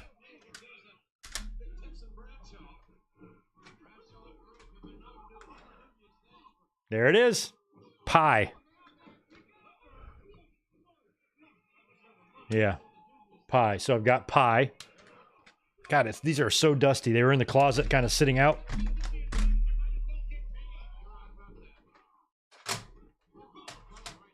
Anthology. Got Anthology. It's kind of weak. The Wrestling Album. This has got Hogan, Tutti Frutti by Mean Gene, Hillbilly Jim. Real American is on here. Grab Them Cakes. Lots of good stuff. A wrestling album. We're looking at CDs while we're watching this Tag Team Turmoil match. All right. Oh, this one's broken. WWF The Music Volume 2. It's kind of, the case is coming apart. Oh, wait, no, it didn't. There was just an extra piece connected. Wow, look at that. I've not looked at this in years. Look at that. So cool.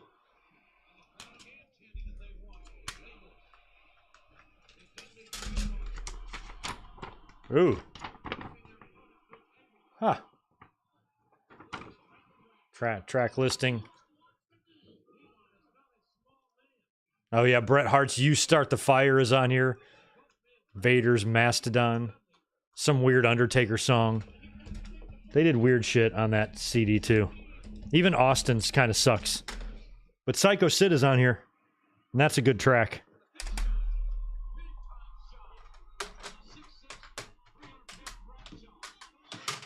Hey, another copy of Volume 4. 2 copies of Volume 4. 2 full medals. What else we got?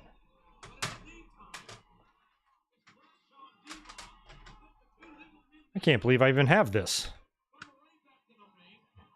It's still sealed. Theme Addict. Oh, Doomsday Device to Bradshaw. Are the Dudleys gonna move on? I got a bunch of shit I didn't know I had. Oh, what's up? Reckless Intent, I have this too. What's up? Hit him. Well, that's usually not their finisher, though. Now we're gonna go get the table. So yeah, I got Reckless Intent. Wow. Why did I buy this? I have no idea why I bought that. I must have been crazy. Aggression. It's table time. This has the DX Run DMC song on it. And a bunch of other stupid shit. Oh, and my all-time favorite. Stone Cold Metal. WWE bought the licenses to a bunch of songs and released their own mixtape. Oh, Devon through a table. And clothesline from hell to Bubba. Acolytes move on. It looks like the Hollies are not in this match. They just interfered.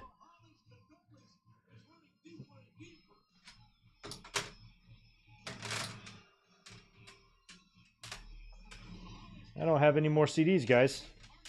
That's it.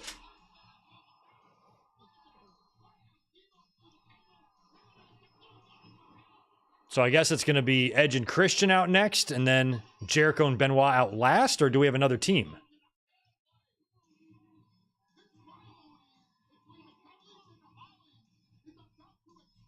You think you know me. Yeah, Bradshaw, what's going on with your brows, dude? You're supposed to have 2. Oh, no, it's X Factor. Is this dubbed? Is this not their Cracker Ass Cracker theme or whatever it's called? Were they actually using this music for a short time? Feels like it's a networked edit.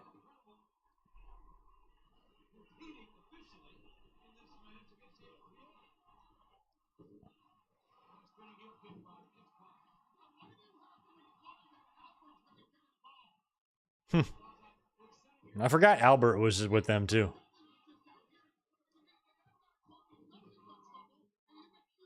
Oh, man. X-Pac and Ron Simmons didn't get them interacting too much. Ron Simmons was coming into the WWE right after 1-2-3 Kid left.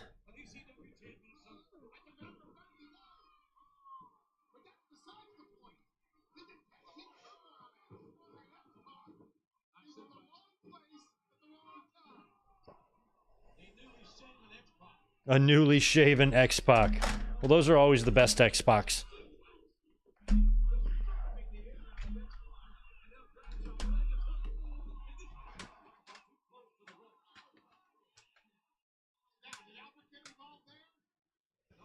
Here's a blast from the past.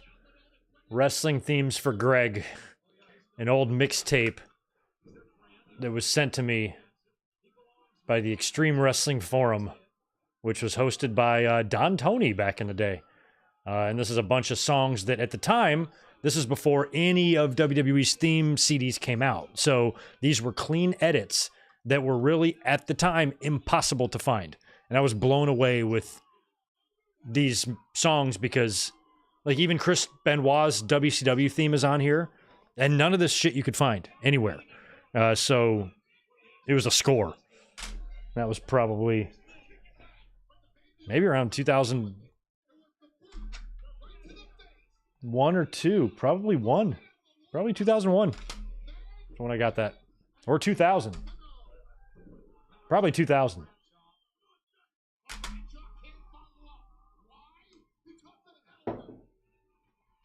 Because of Albert.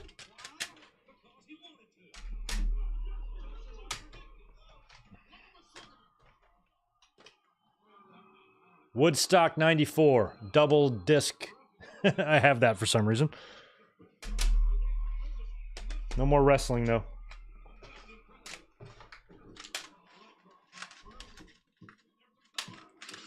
Random Nirvana Unplugged. Oh, look, and I got a booklet for Volume 3, but no CD.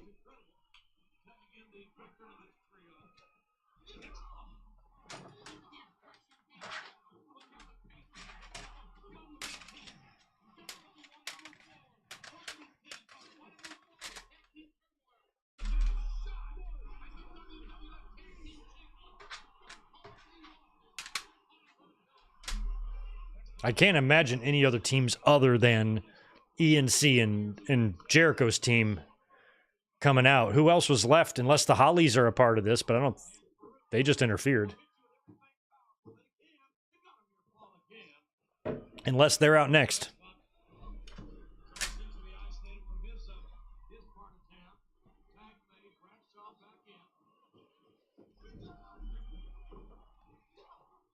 Oh no.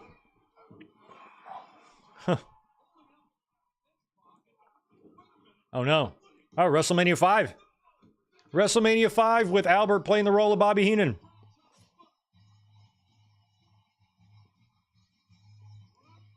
That is a terrible edit on that music.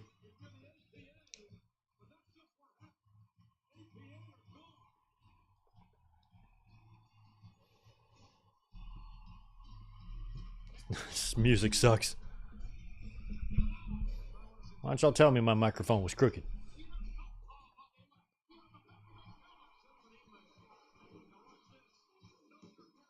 It's even the same side of the ring that the Warrior and Rude finish happened.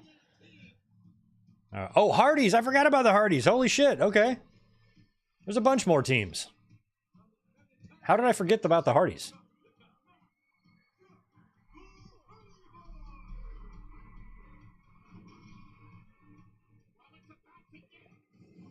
Hardys 23 years ago were great. It was a trip to see them get over.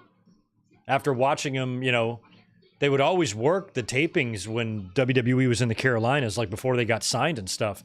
So anytime we went, especially to Fayetteville, oh my God, they had a whole posse there.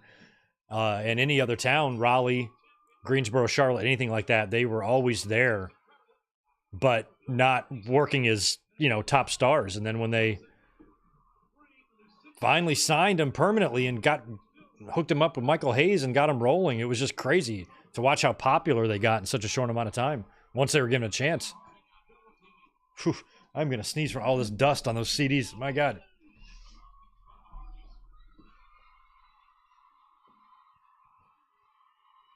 I'm going to open my window.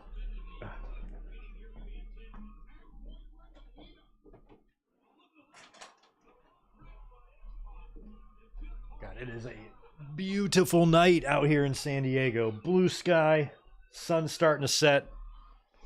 It's amazing. Yes, Ramviro, I have heard the Voodoo Child edit for Hogan. It's crazy. It's crazy.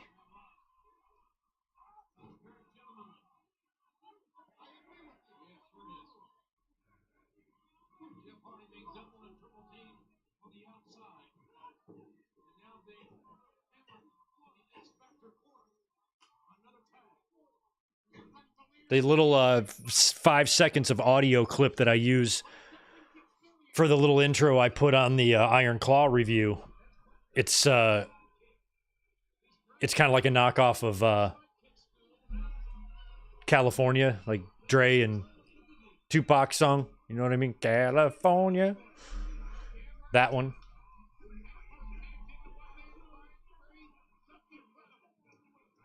I pay like $17 a month for Epidemic Sound. Just like I barely even utilize it, but I just have the service so I can, pick from an enormous library of music. And sometimes I come across a gem.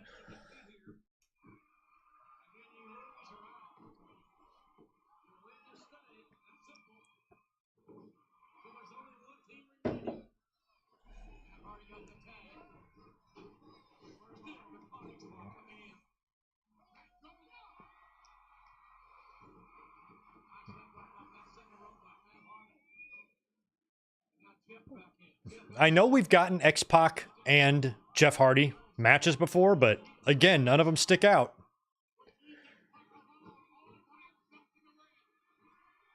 Nice.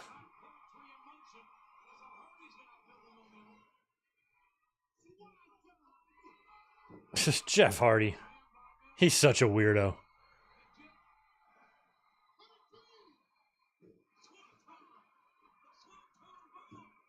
Oh, I hate it when they cover like that. Wow, Hardy nailing Albert. But I hate it when you're supposed to be pulled out of the ring and you just cover your guy and have your legs hanging all the way out. I'm like, come on. Oh, super kick. Oh, there we go. Hardys are going to be eliminated. Yes, X Factor beats the Hardys. Now we get to hear that song again. Great.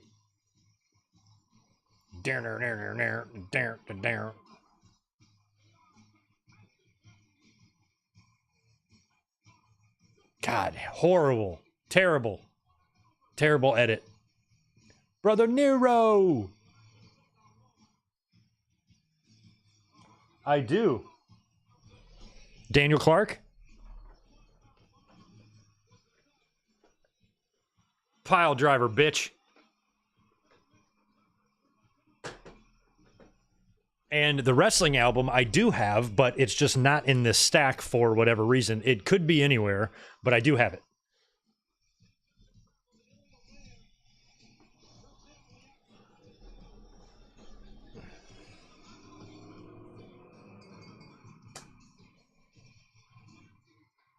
All right. Oh, it is Jericho's time. Okay, I was thinking they would come out last, but it makes sense since these guys are heels. So we still don't know. I don't know if he's going to get a separate entrance or if Benoit's just going to come out with Jericho.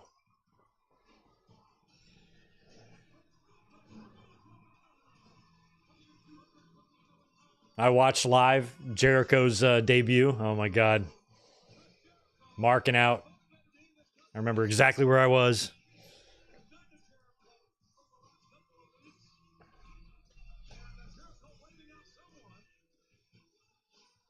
Benoit. Dude's already had a war. What a team.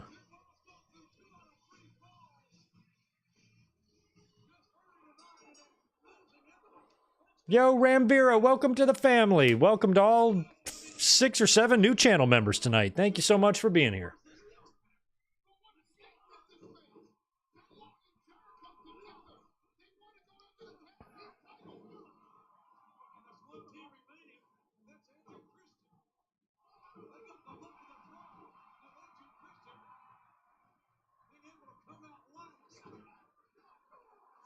Oh, wow. Jesus.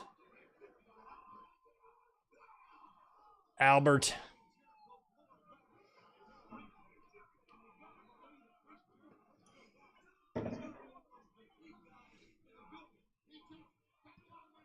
Jesus, that is crazy power. Matt Bloom lifting up Jericho like that. Yeah, the WrestleMania album was produced by Simon. I'm going to go get another beer.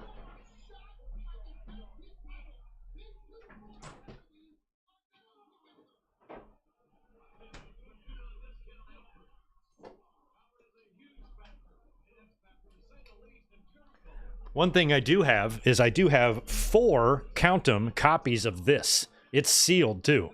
The Superstars music video.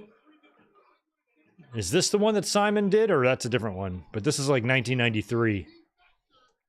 It's got the WrestleMania song. It's got the SummerSlam Jam, USA, Hacksaw Jim Duggan, and Speaking from the Heart, Randy Savage. Oh my God. Yeah, no wonder I didn't have a girlfriend in 1993. I can see why. Yeah, this makes a lot of sense. It checks out. Checks out. Oh, and we get behind the scenes making of the music video.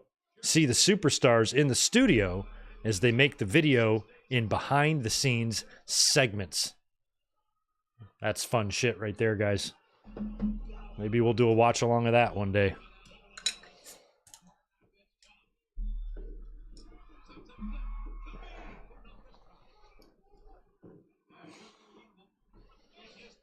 Nice, Rambiro. 10 years ago, I was helping getting you through college. That's great. I love those type of comments. Some people have grown up with this channel. I mean, if you were 14 when you started listening to me, you're in your mid-20s now. And the whole time, I feel like I've been the same age. I haven't felt like I've aged at all, but the rest of my audience has. I feel largely the same as I did back in 2012.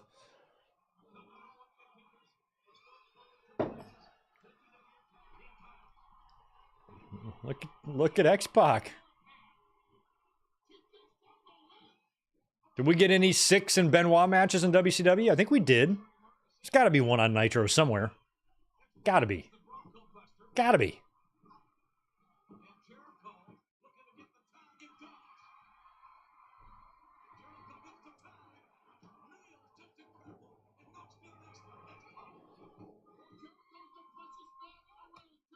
Is this where Royal Rumble 98 is? Or is that San Jose?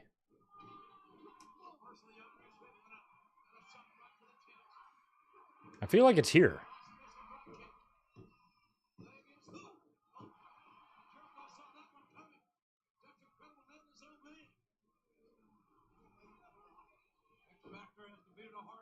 Yeah, X-Pac and, Jericho have wrestled on pay-per-view a few times.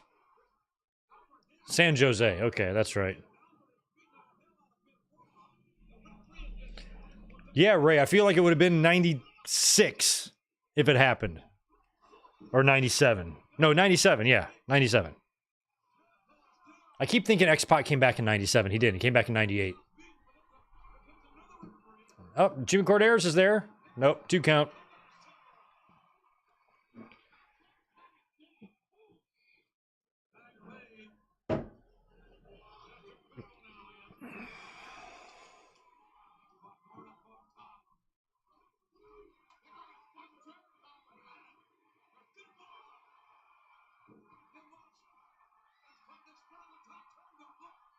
Ooh. There we go. They're going to take out Albert, too. Nice double suplex. I just put away Just Incredible. Look out! Wow. How did they not land on his head?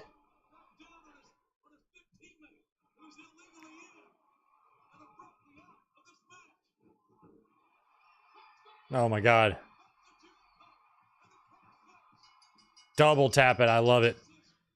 Made quick work of them. So now what's Edge and Christian going to do? Come out tiptoeing out like, oh, shit.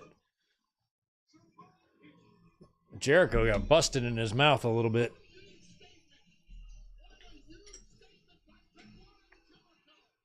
Yeah, Unforgiven 99, 2000, and No Mercy. And I was there for 99. I was in the building for that one. Fans were chanting boring. I couldn't believe it. I was a very offended smark. I was looking around at those rednecks and say, hey, shut up. This Jericho and X-Pac, show some respect. But they didn't.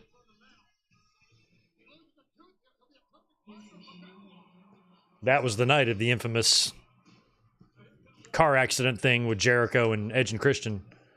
Speak of the devil, here they are. All right. So the winner of this becomes #1 contenders. Benoit has some revenge to get here after what happened earlier with the medals.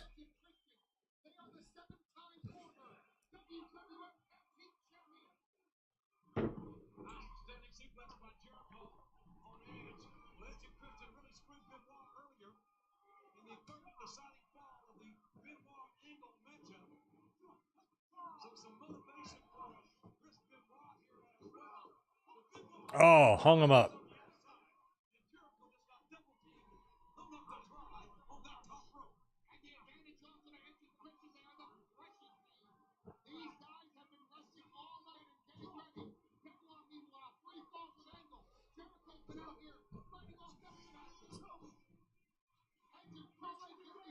Edge is still pretty young here. We're only 3 years deep into his WWE run.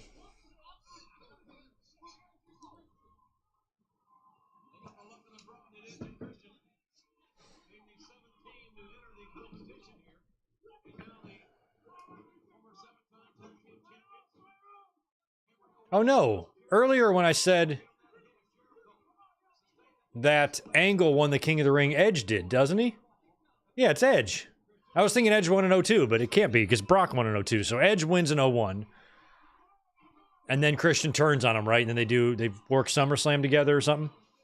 That's right. Christian joins the Alliance. Oh, yeah. Okay, so we're about to be done with Edge and Christian too here. They're about to break up. That's going to come soon. So that means all this, like, silliness, this nonsense, Edge is going to... Do I have that right? When does Edge win the King of the Ring? Okay, yeah, it is Edge in 2001. Okay. So that means he gets pretty much close to babyface here just in the next couple of months. He's still acting like a sniveling little shit. Trying to do the shenanigans earlier. I didn't realize it happened that fast, but I guess it did.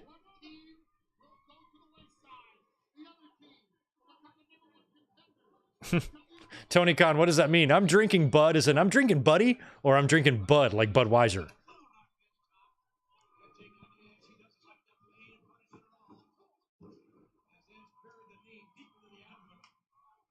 I think I saw the news story. Somebody got arrested. I think it was like for a DUI, and his name was Budweiser. Forgot where I saw that. Somewhere. Look it up. It happened.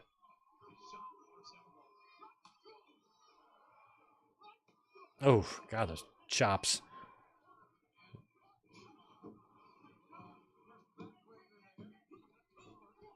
Okay. Edge work Lance Storm at SummerSlam. Okay, and then Christian Unforgiven. Okay. Gotcha. I was thinking it was SummerSlam.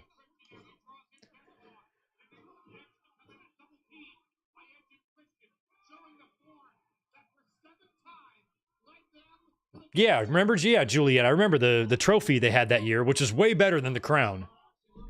And then Christian, you could tell he was kind of like, there was some jealousy, but he was still like trying to be by his brother's side, but you knew he was going to turn.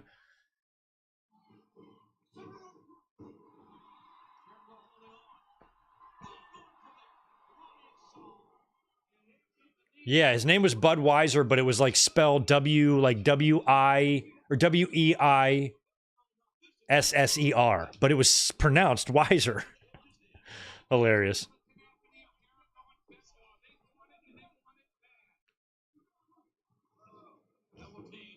Maybe it was W-I-E, I before E, except after C.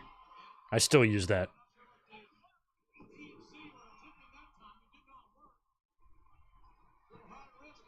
Look at these guys crouching in the stairwell there trying to get on TV. Hey, look at my sign that nobody can read because I wrote it with a pencil.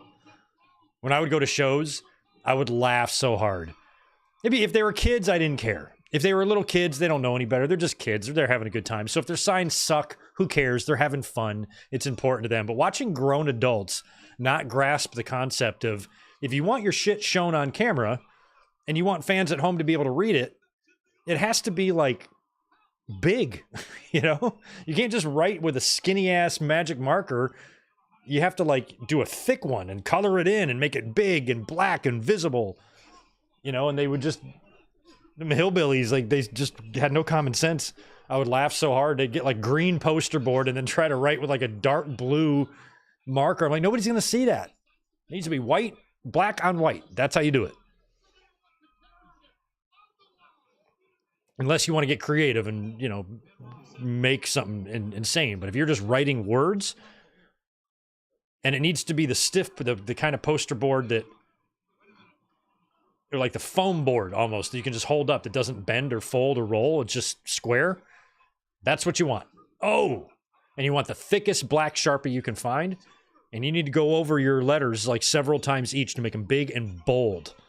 Bold is the key. Nobody understood that. And I'd see a bunch of signs. We were waiting to get in the building, and I'd see all these signs. I'm like, you can't see. I can't read it from here. Nobody's going to be able to read it on TV. Idiots. Idiots. Oh. Sign watching was always fun, because some people did not know what they were doing. Even if you've never made a sign before, use your head. Think about the signs you see that are on camera.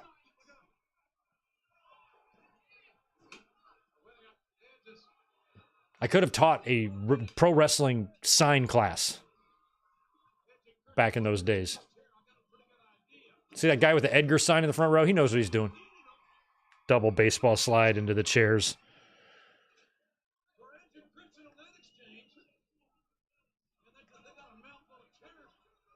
A mouthful of chairs. We're going to get a early concerto here. Oh.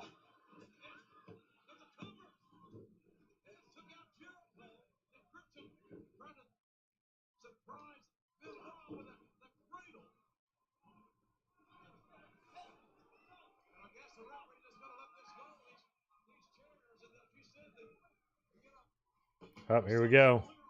Nope. Another block concerto. We got a crossface on Christian. And he's tapping just like that. That's it. That is it.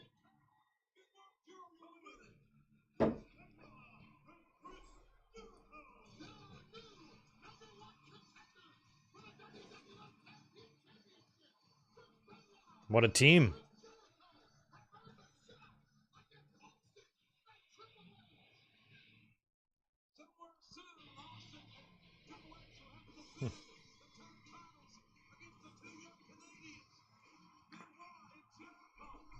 Yeah, the couple, I was lucky. I didn't sit in the nosebleeds too often, but a couple times I did. And whenever I did, I didn't bring signs.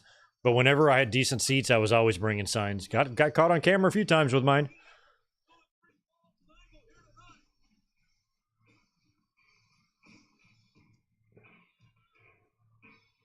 All right, good job. Yeah, I came clean in the book and admitted that China and I had a relationship that, consisted in part of her hands touching my genitals. Mick Foley, what are you talking about? Foley is good. Oh my God. I'm going to go turn my fan off now. All right, it's time.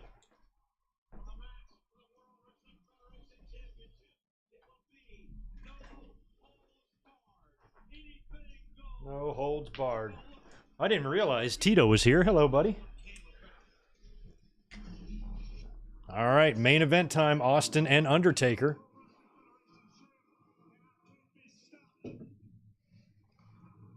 Austin is 0 for 2 in May pay-per-view matches against Undertaker.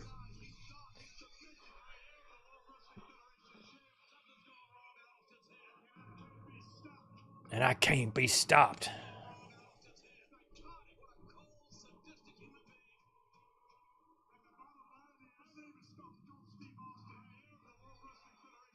Damn, Austin.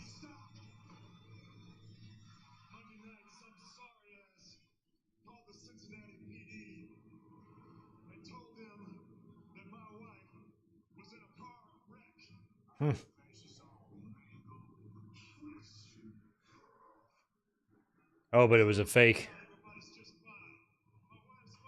That's like in Breaking Bad. Remember when they're like in the Winnebago and they call and get what's his face's wife is in a car accident. And he runs to the hospital, and then she's fine, and he's like fucking livid.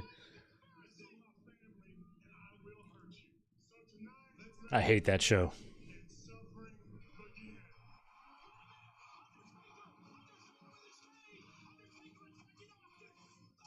Oh.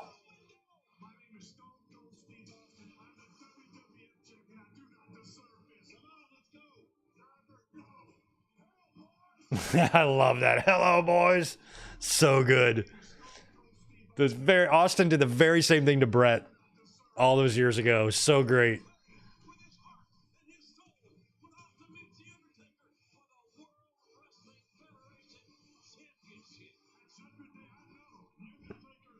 And Austin and Undertaker were always able to keep their shit relatively interesting. I don't think this match we're about to watch is going to be terribly great, but think about the different time periods they've worked in, you know? They had that first match in 97. They had a match on Raw in 96, Taker and Austin. And then they worked a pay-per-view match in 97. They worked Highway to Hell in 98, plus other matches in 98. They worked 99 at the Over the Edge, of course, and then Austin beat Taker for the title at another show I was at on Raw the night after the King of the Ring. Now they're working here in 01. They've worked a lot.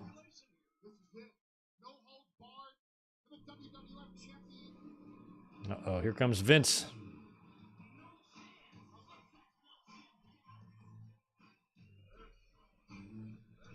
Vince McMahon.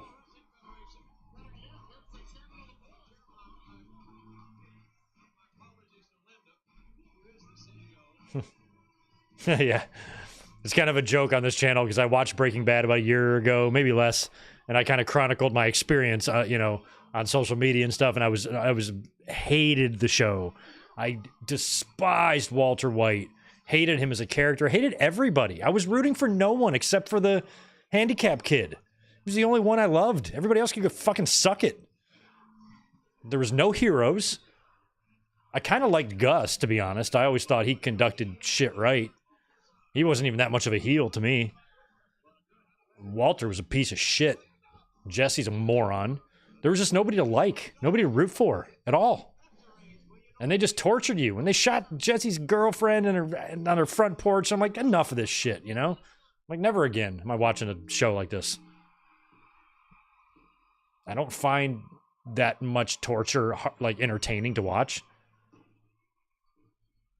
I don't need those buttons pushed. I'd rather watch a comedy. So I was very mad. I was very bitter. And I was whining so much about how much I hated Breaking Bad. I'm like, fuck this show. Stupid ass show. Thank God it was only 5 seasons. All right, so we're not dubbing. It's funny that they will edit Uncle Cracker, but not Limp Bizkit. What are the rules here, guys? Do we know the rules? Because here we're rolling. We're rolling, rolling, rolling.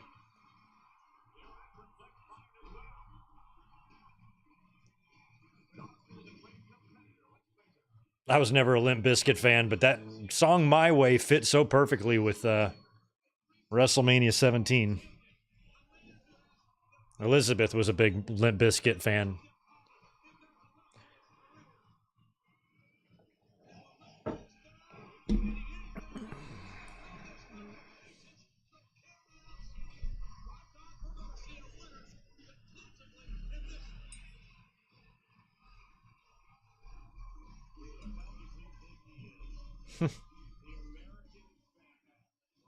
I mean, think about how we've, you know, because of Benoit's horrific actions, you know, that we've been robbed of, you know, celebrating his history. It's not something that WWE or fans are going to ever really fondly remember, even though his body of professional work was tremendous. And with Vince McMahon now, with everything that, you know, his disgrace and everything he's gone through, you know, the most iconic feud of all time is Vince and Austin. And, you know, WWE is probably not going to be calling back to that time period very often anymore. Luckily, it's 25 years later, and we've had the story told to us 215 different ways, so it's not like there's anything left to tell. But in terms of WWE highlighting those times in video packages and in history packages and anything that they talk about present day, I don't really think you're going to see any of that anymore. You're not going to see any more Vince McMahon stunners. It's going to be hard to erase him, you know? Vince McMahon back on commentary. What a trio on the headsets here. We got JR, Vince, and Paul Heyman. That right there is a team. As if Austin were a small child. Taker just beating Austin all over the arena, all down the entranceway. Now they're back into the steps. Austin's literally just trying to get away.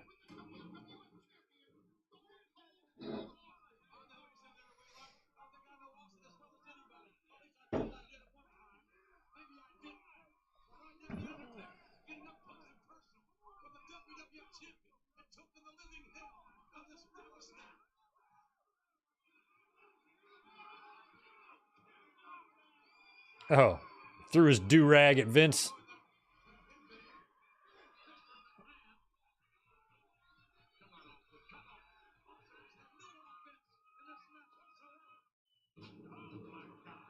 Oh, that woman in the green strapless dress there. Earlier, she was sitting down and it just looked like there was a shirtless woman sitting in the crowd. I'm glad that she is clothed because even for the Attitude Era, that might have been a little bit much.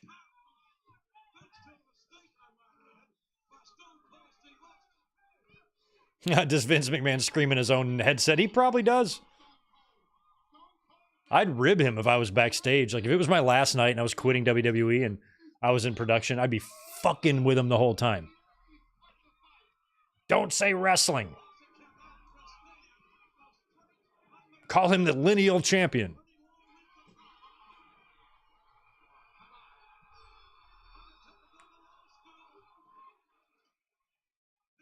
Old school from the barricade.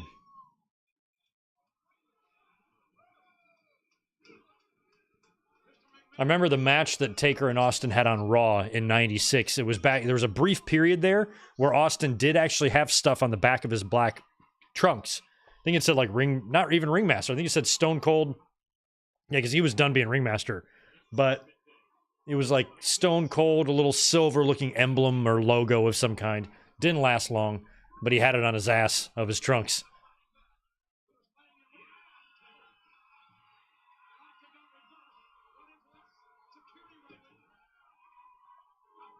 Another fire extinguisher. Shout out to Earl Hebner. I shoot a pound of heroin in the eye. That's what that sign says. A pound? You don't measure it in pounds. Shoot a pound of heroin in your eye. Don't even think that's possible.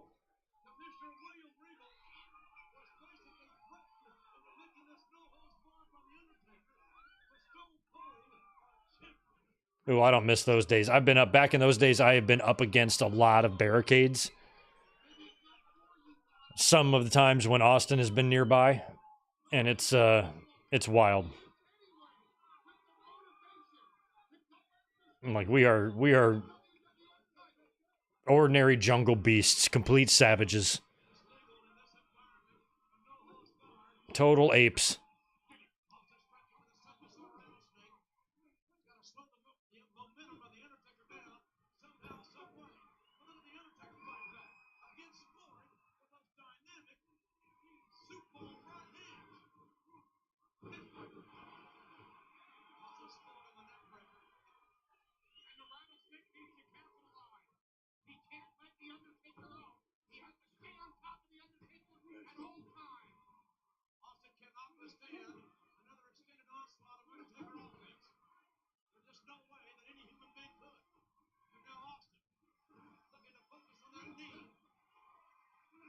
Hitting him in the knee.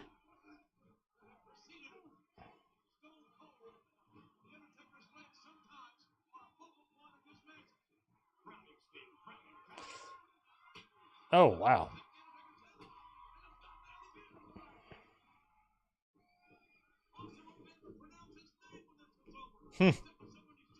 Fez press coming. Nope. Flying clothesline.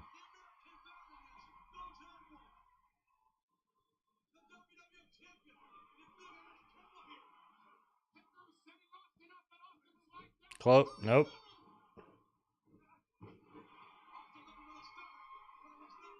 This match is a little better than in my head I thought it was going to be.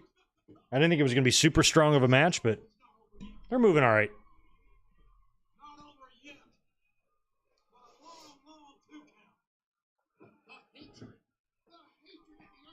The hatred.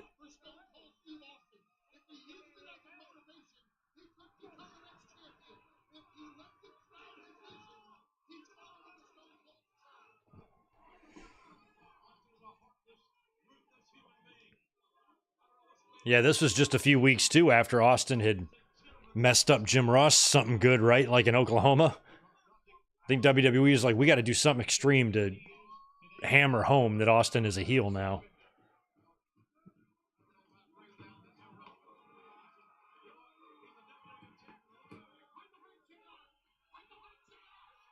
Going after Vince. Vince is climbing behind Carlos and Hugo. I love it. Shout out to the girl in the white there who's in 2001 is still rocking 1991 hair. That's solid.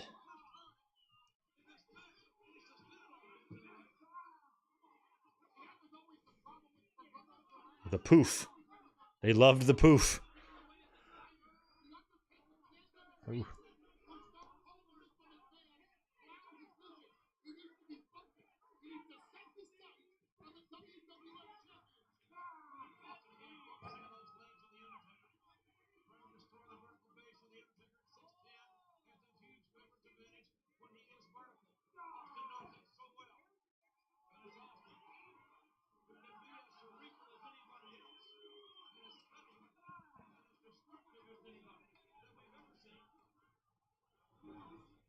I thought, is Austin going to go for the figure four on the ring post?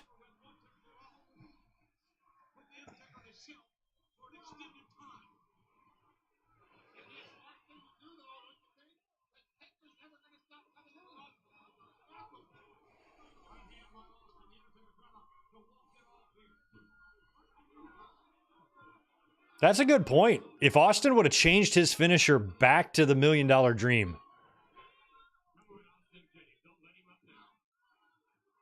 I would have been into that. Would have been smart. Especially when he would inevitably turn back babyface and then use the stunner again for the first time, like the pop that would have gained.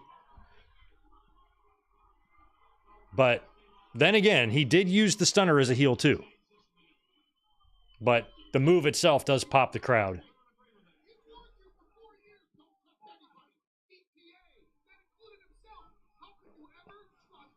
I think in his case, the primary point of doing that is just to try to cool down. He's just an impossible babyface to turn heel, you would think, you know? Randy Orton never had to change the RKO because fans never had trouble booing him, you know? But with Austin, switching to like a sleeper or something a little boring would have been a good move, I think. It's not like it would last. You know, Austin would be back to being Austin by the time we got to the end of the year. So Stunner would be back. It would just be temporary.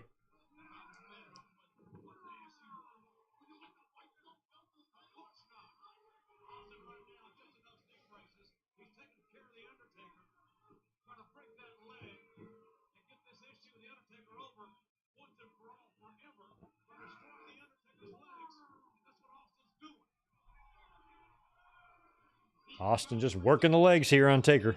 Or leg, I should say.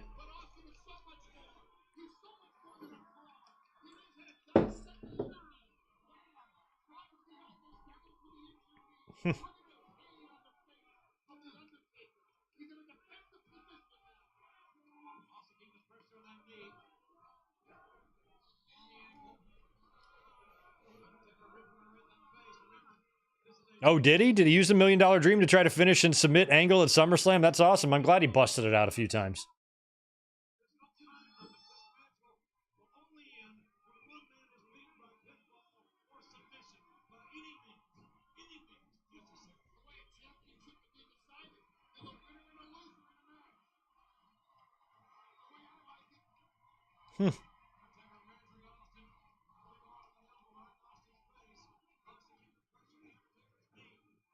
Wonder if the wrestlers like doing pay-per-views on the West Coast because they get to leave the building when it's 8 or 9 o'clock at night. There's still some shit open.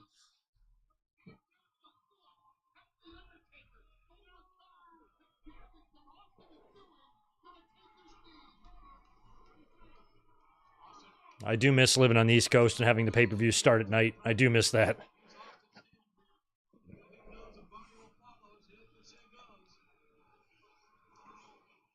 Oh, Austin's got... Oh, shit.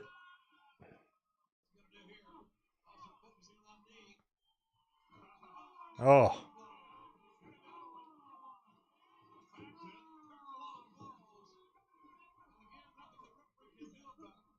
Yeah, it's no holds barred. Austin did not seem too upset about that. Probably realized that he's got a better chance of winning a no-holds-barred match than a regular match because if Taker can cheat, that means so can he. Austin would maybe even be a little more resourceful.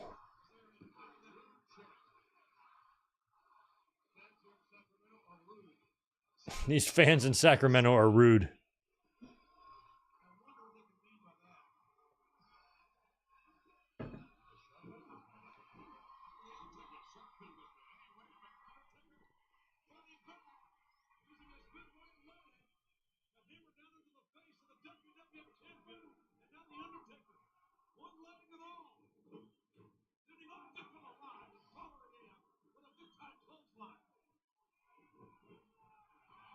Oof. Big spill to the outside.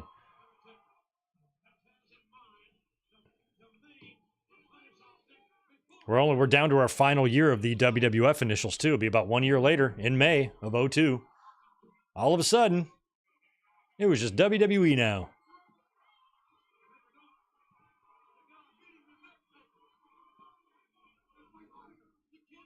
That's my monitor.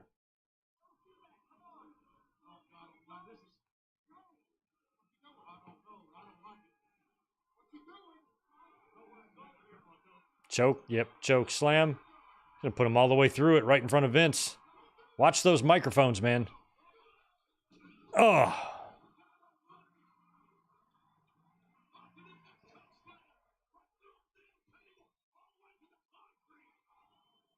Vince is like, I'm out of here. He's climbing over people.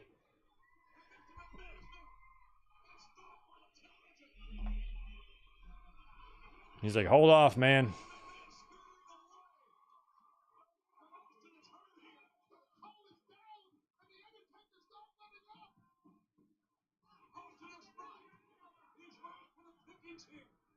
Got to get him in the ring, but he is like wedged almost underneath the table and chairs. Ouch.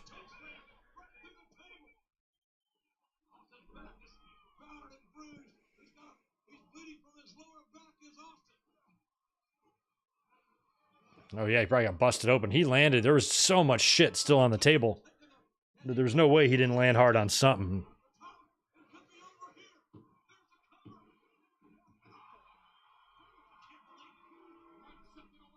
Oh, that's not even that much blood. That's not bad. Okay.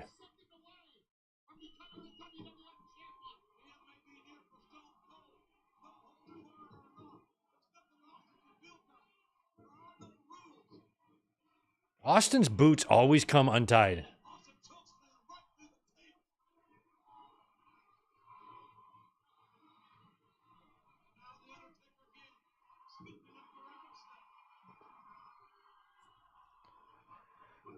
Hmm.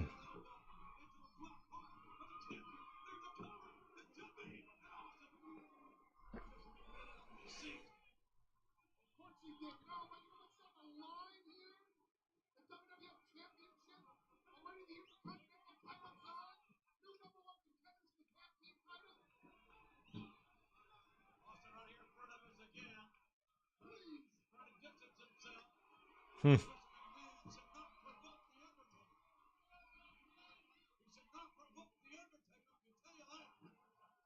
He's got, yep, got that monitor. Those monitors are so dangerous. They're so hard to hit someone with because they're always connected to something.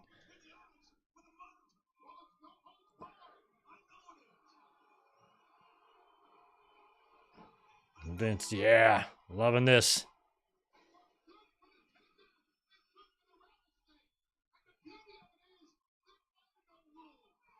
Austin is unhooking a turnbuckle pad.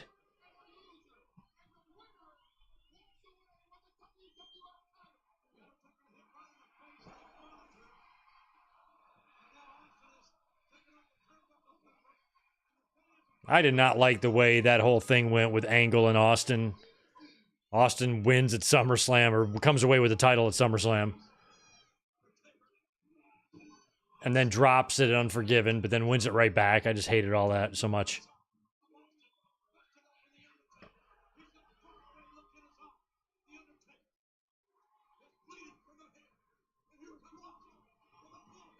Taker busted open.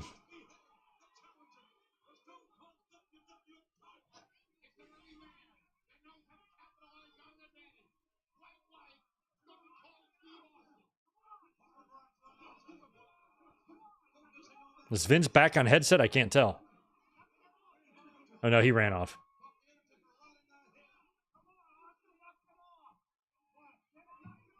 Knock it off. Knock it off.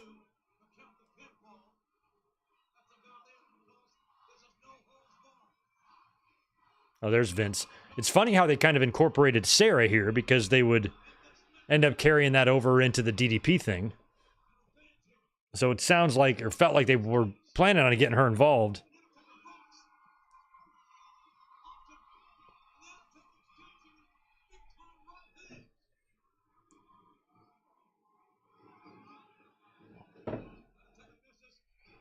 Oh, there's a Thezzy.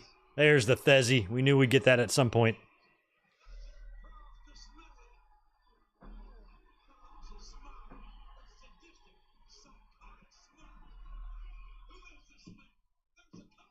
Nope. Kick out.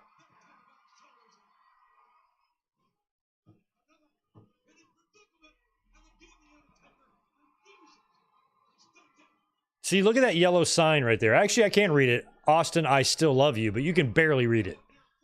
You have to make those letters bolder. Sign person.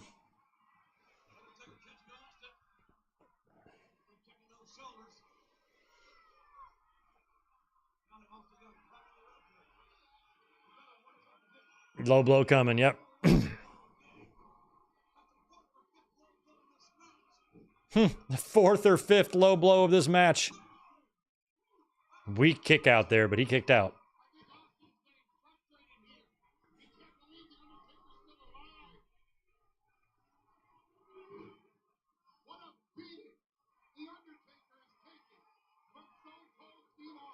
All right, Austin's going to hit the ropes here, but I don't know if Taker will.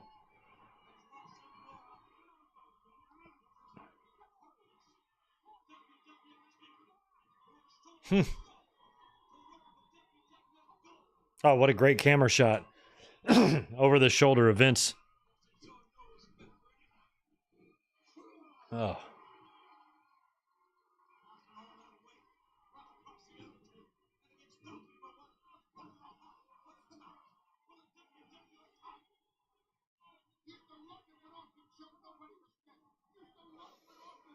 God, Taker's bleeding from the head and the face.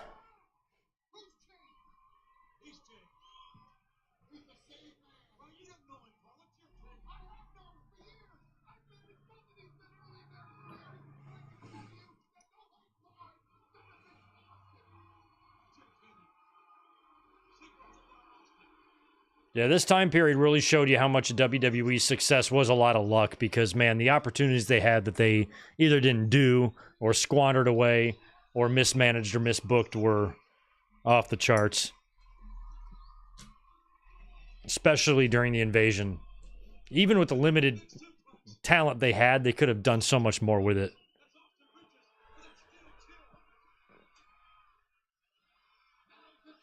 It's hard to book effectively when there's too many personal feelings, you know, like there probably was still with WCW, so...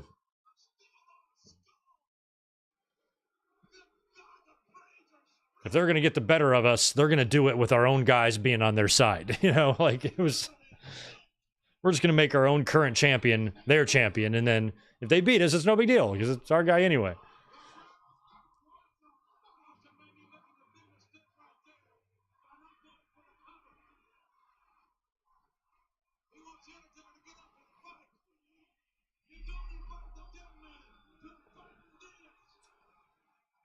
There's the middle finger.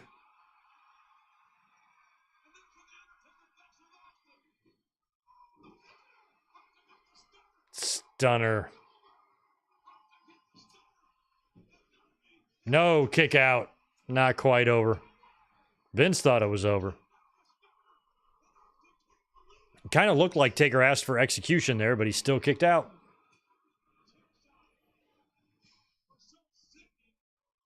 I was kind of assuming we'd see Triple H perhaps here, but we haven't seen him yet.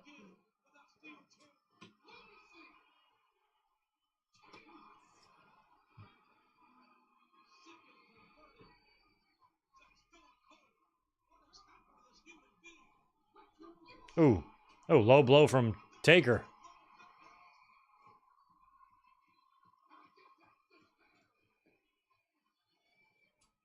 Uh-oh. Chokey coming.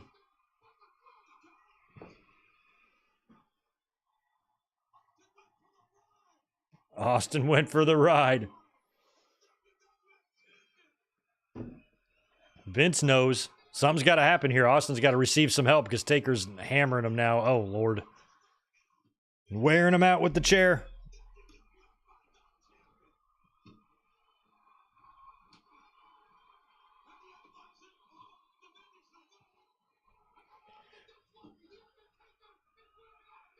There he is. There's a Triple H. Oh, chair to the face. He had a sledgehammer with him, too.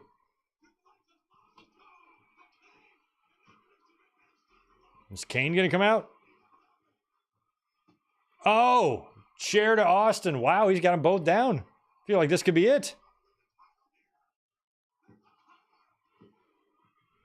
Oh, Vince scrambles in at the last second.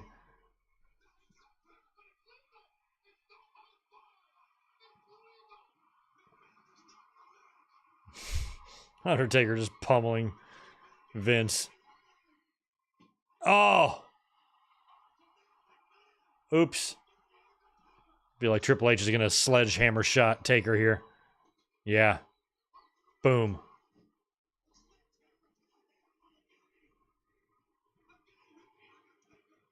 So Triple H still, even though he lost his title, he stayed true to the team. He helped Austin out. That would... Oh, and here comes Kane. Oh, shit. I thought that was going to be the finish. No. He got him. He got him with Kane coming in. I wonder if that was a miscue or...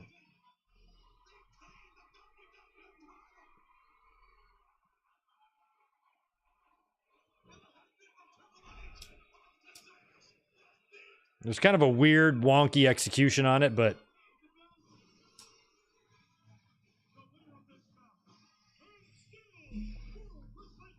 Kane just didn't get there in time.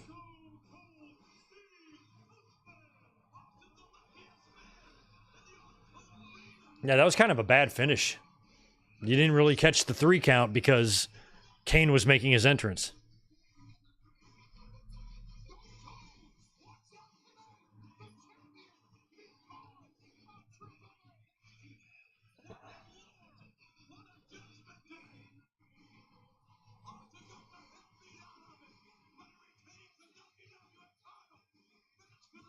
They're not dubbing the Disturbed theme either of Austin's. But for some reason, you can't play Uncle Cracker. That's hilarious. Boy, Triple H, he's going to lose 2 belts in 2 nights, man. That's depressing. Good thing that he was a double champion on the day before he got injured and still didn't have to forfeit any titles. That's rare.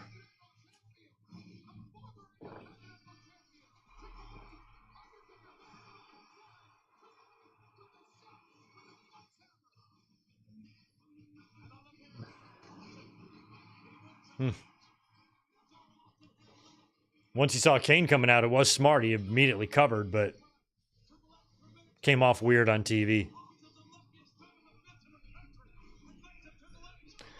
All right, that is a wrap on Judgment Day 2001. That was fun.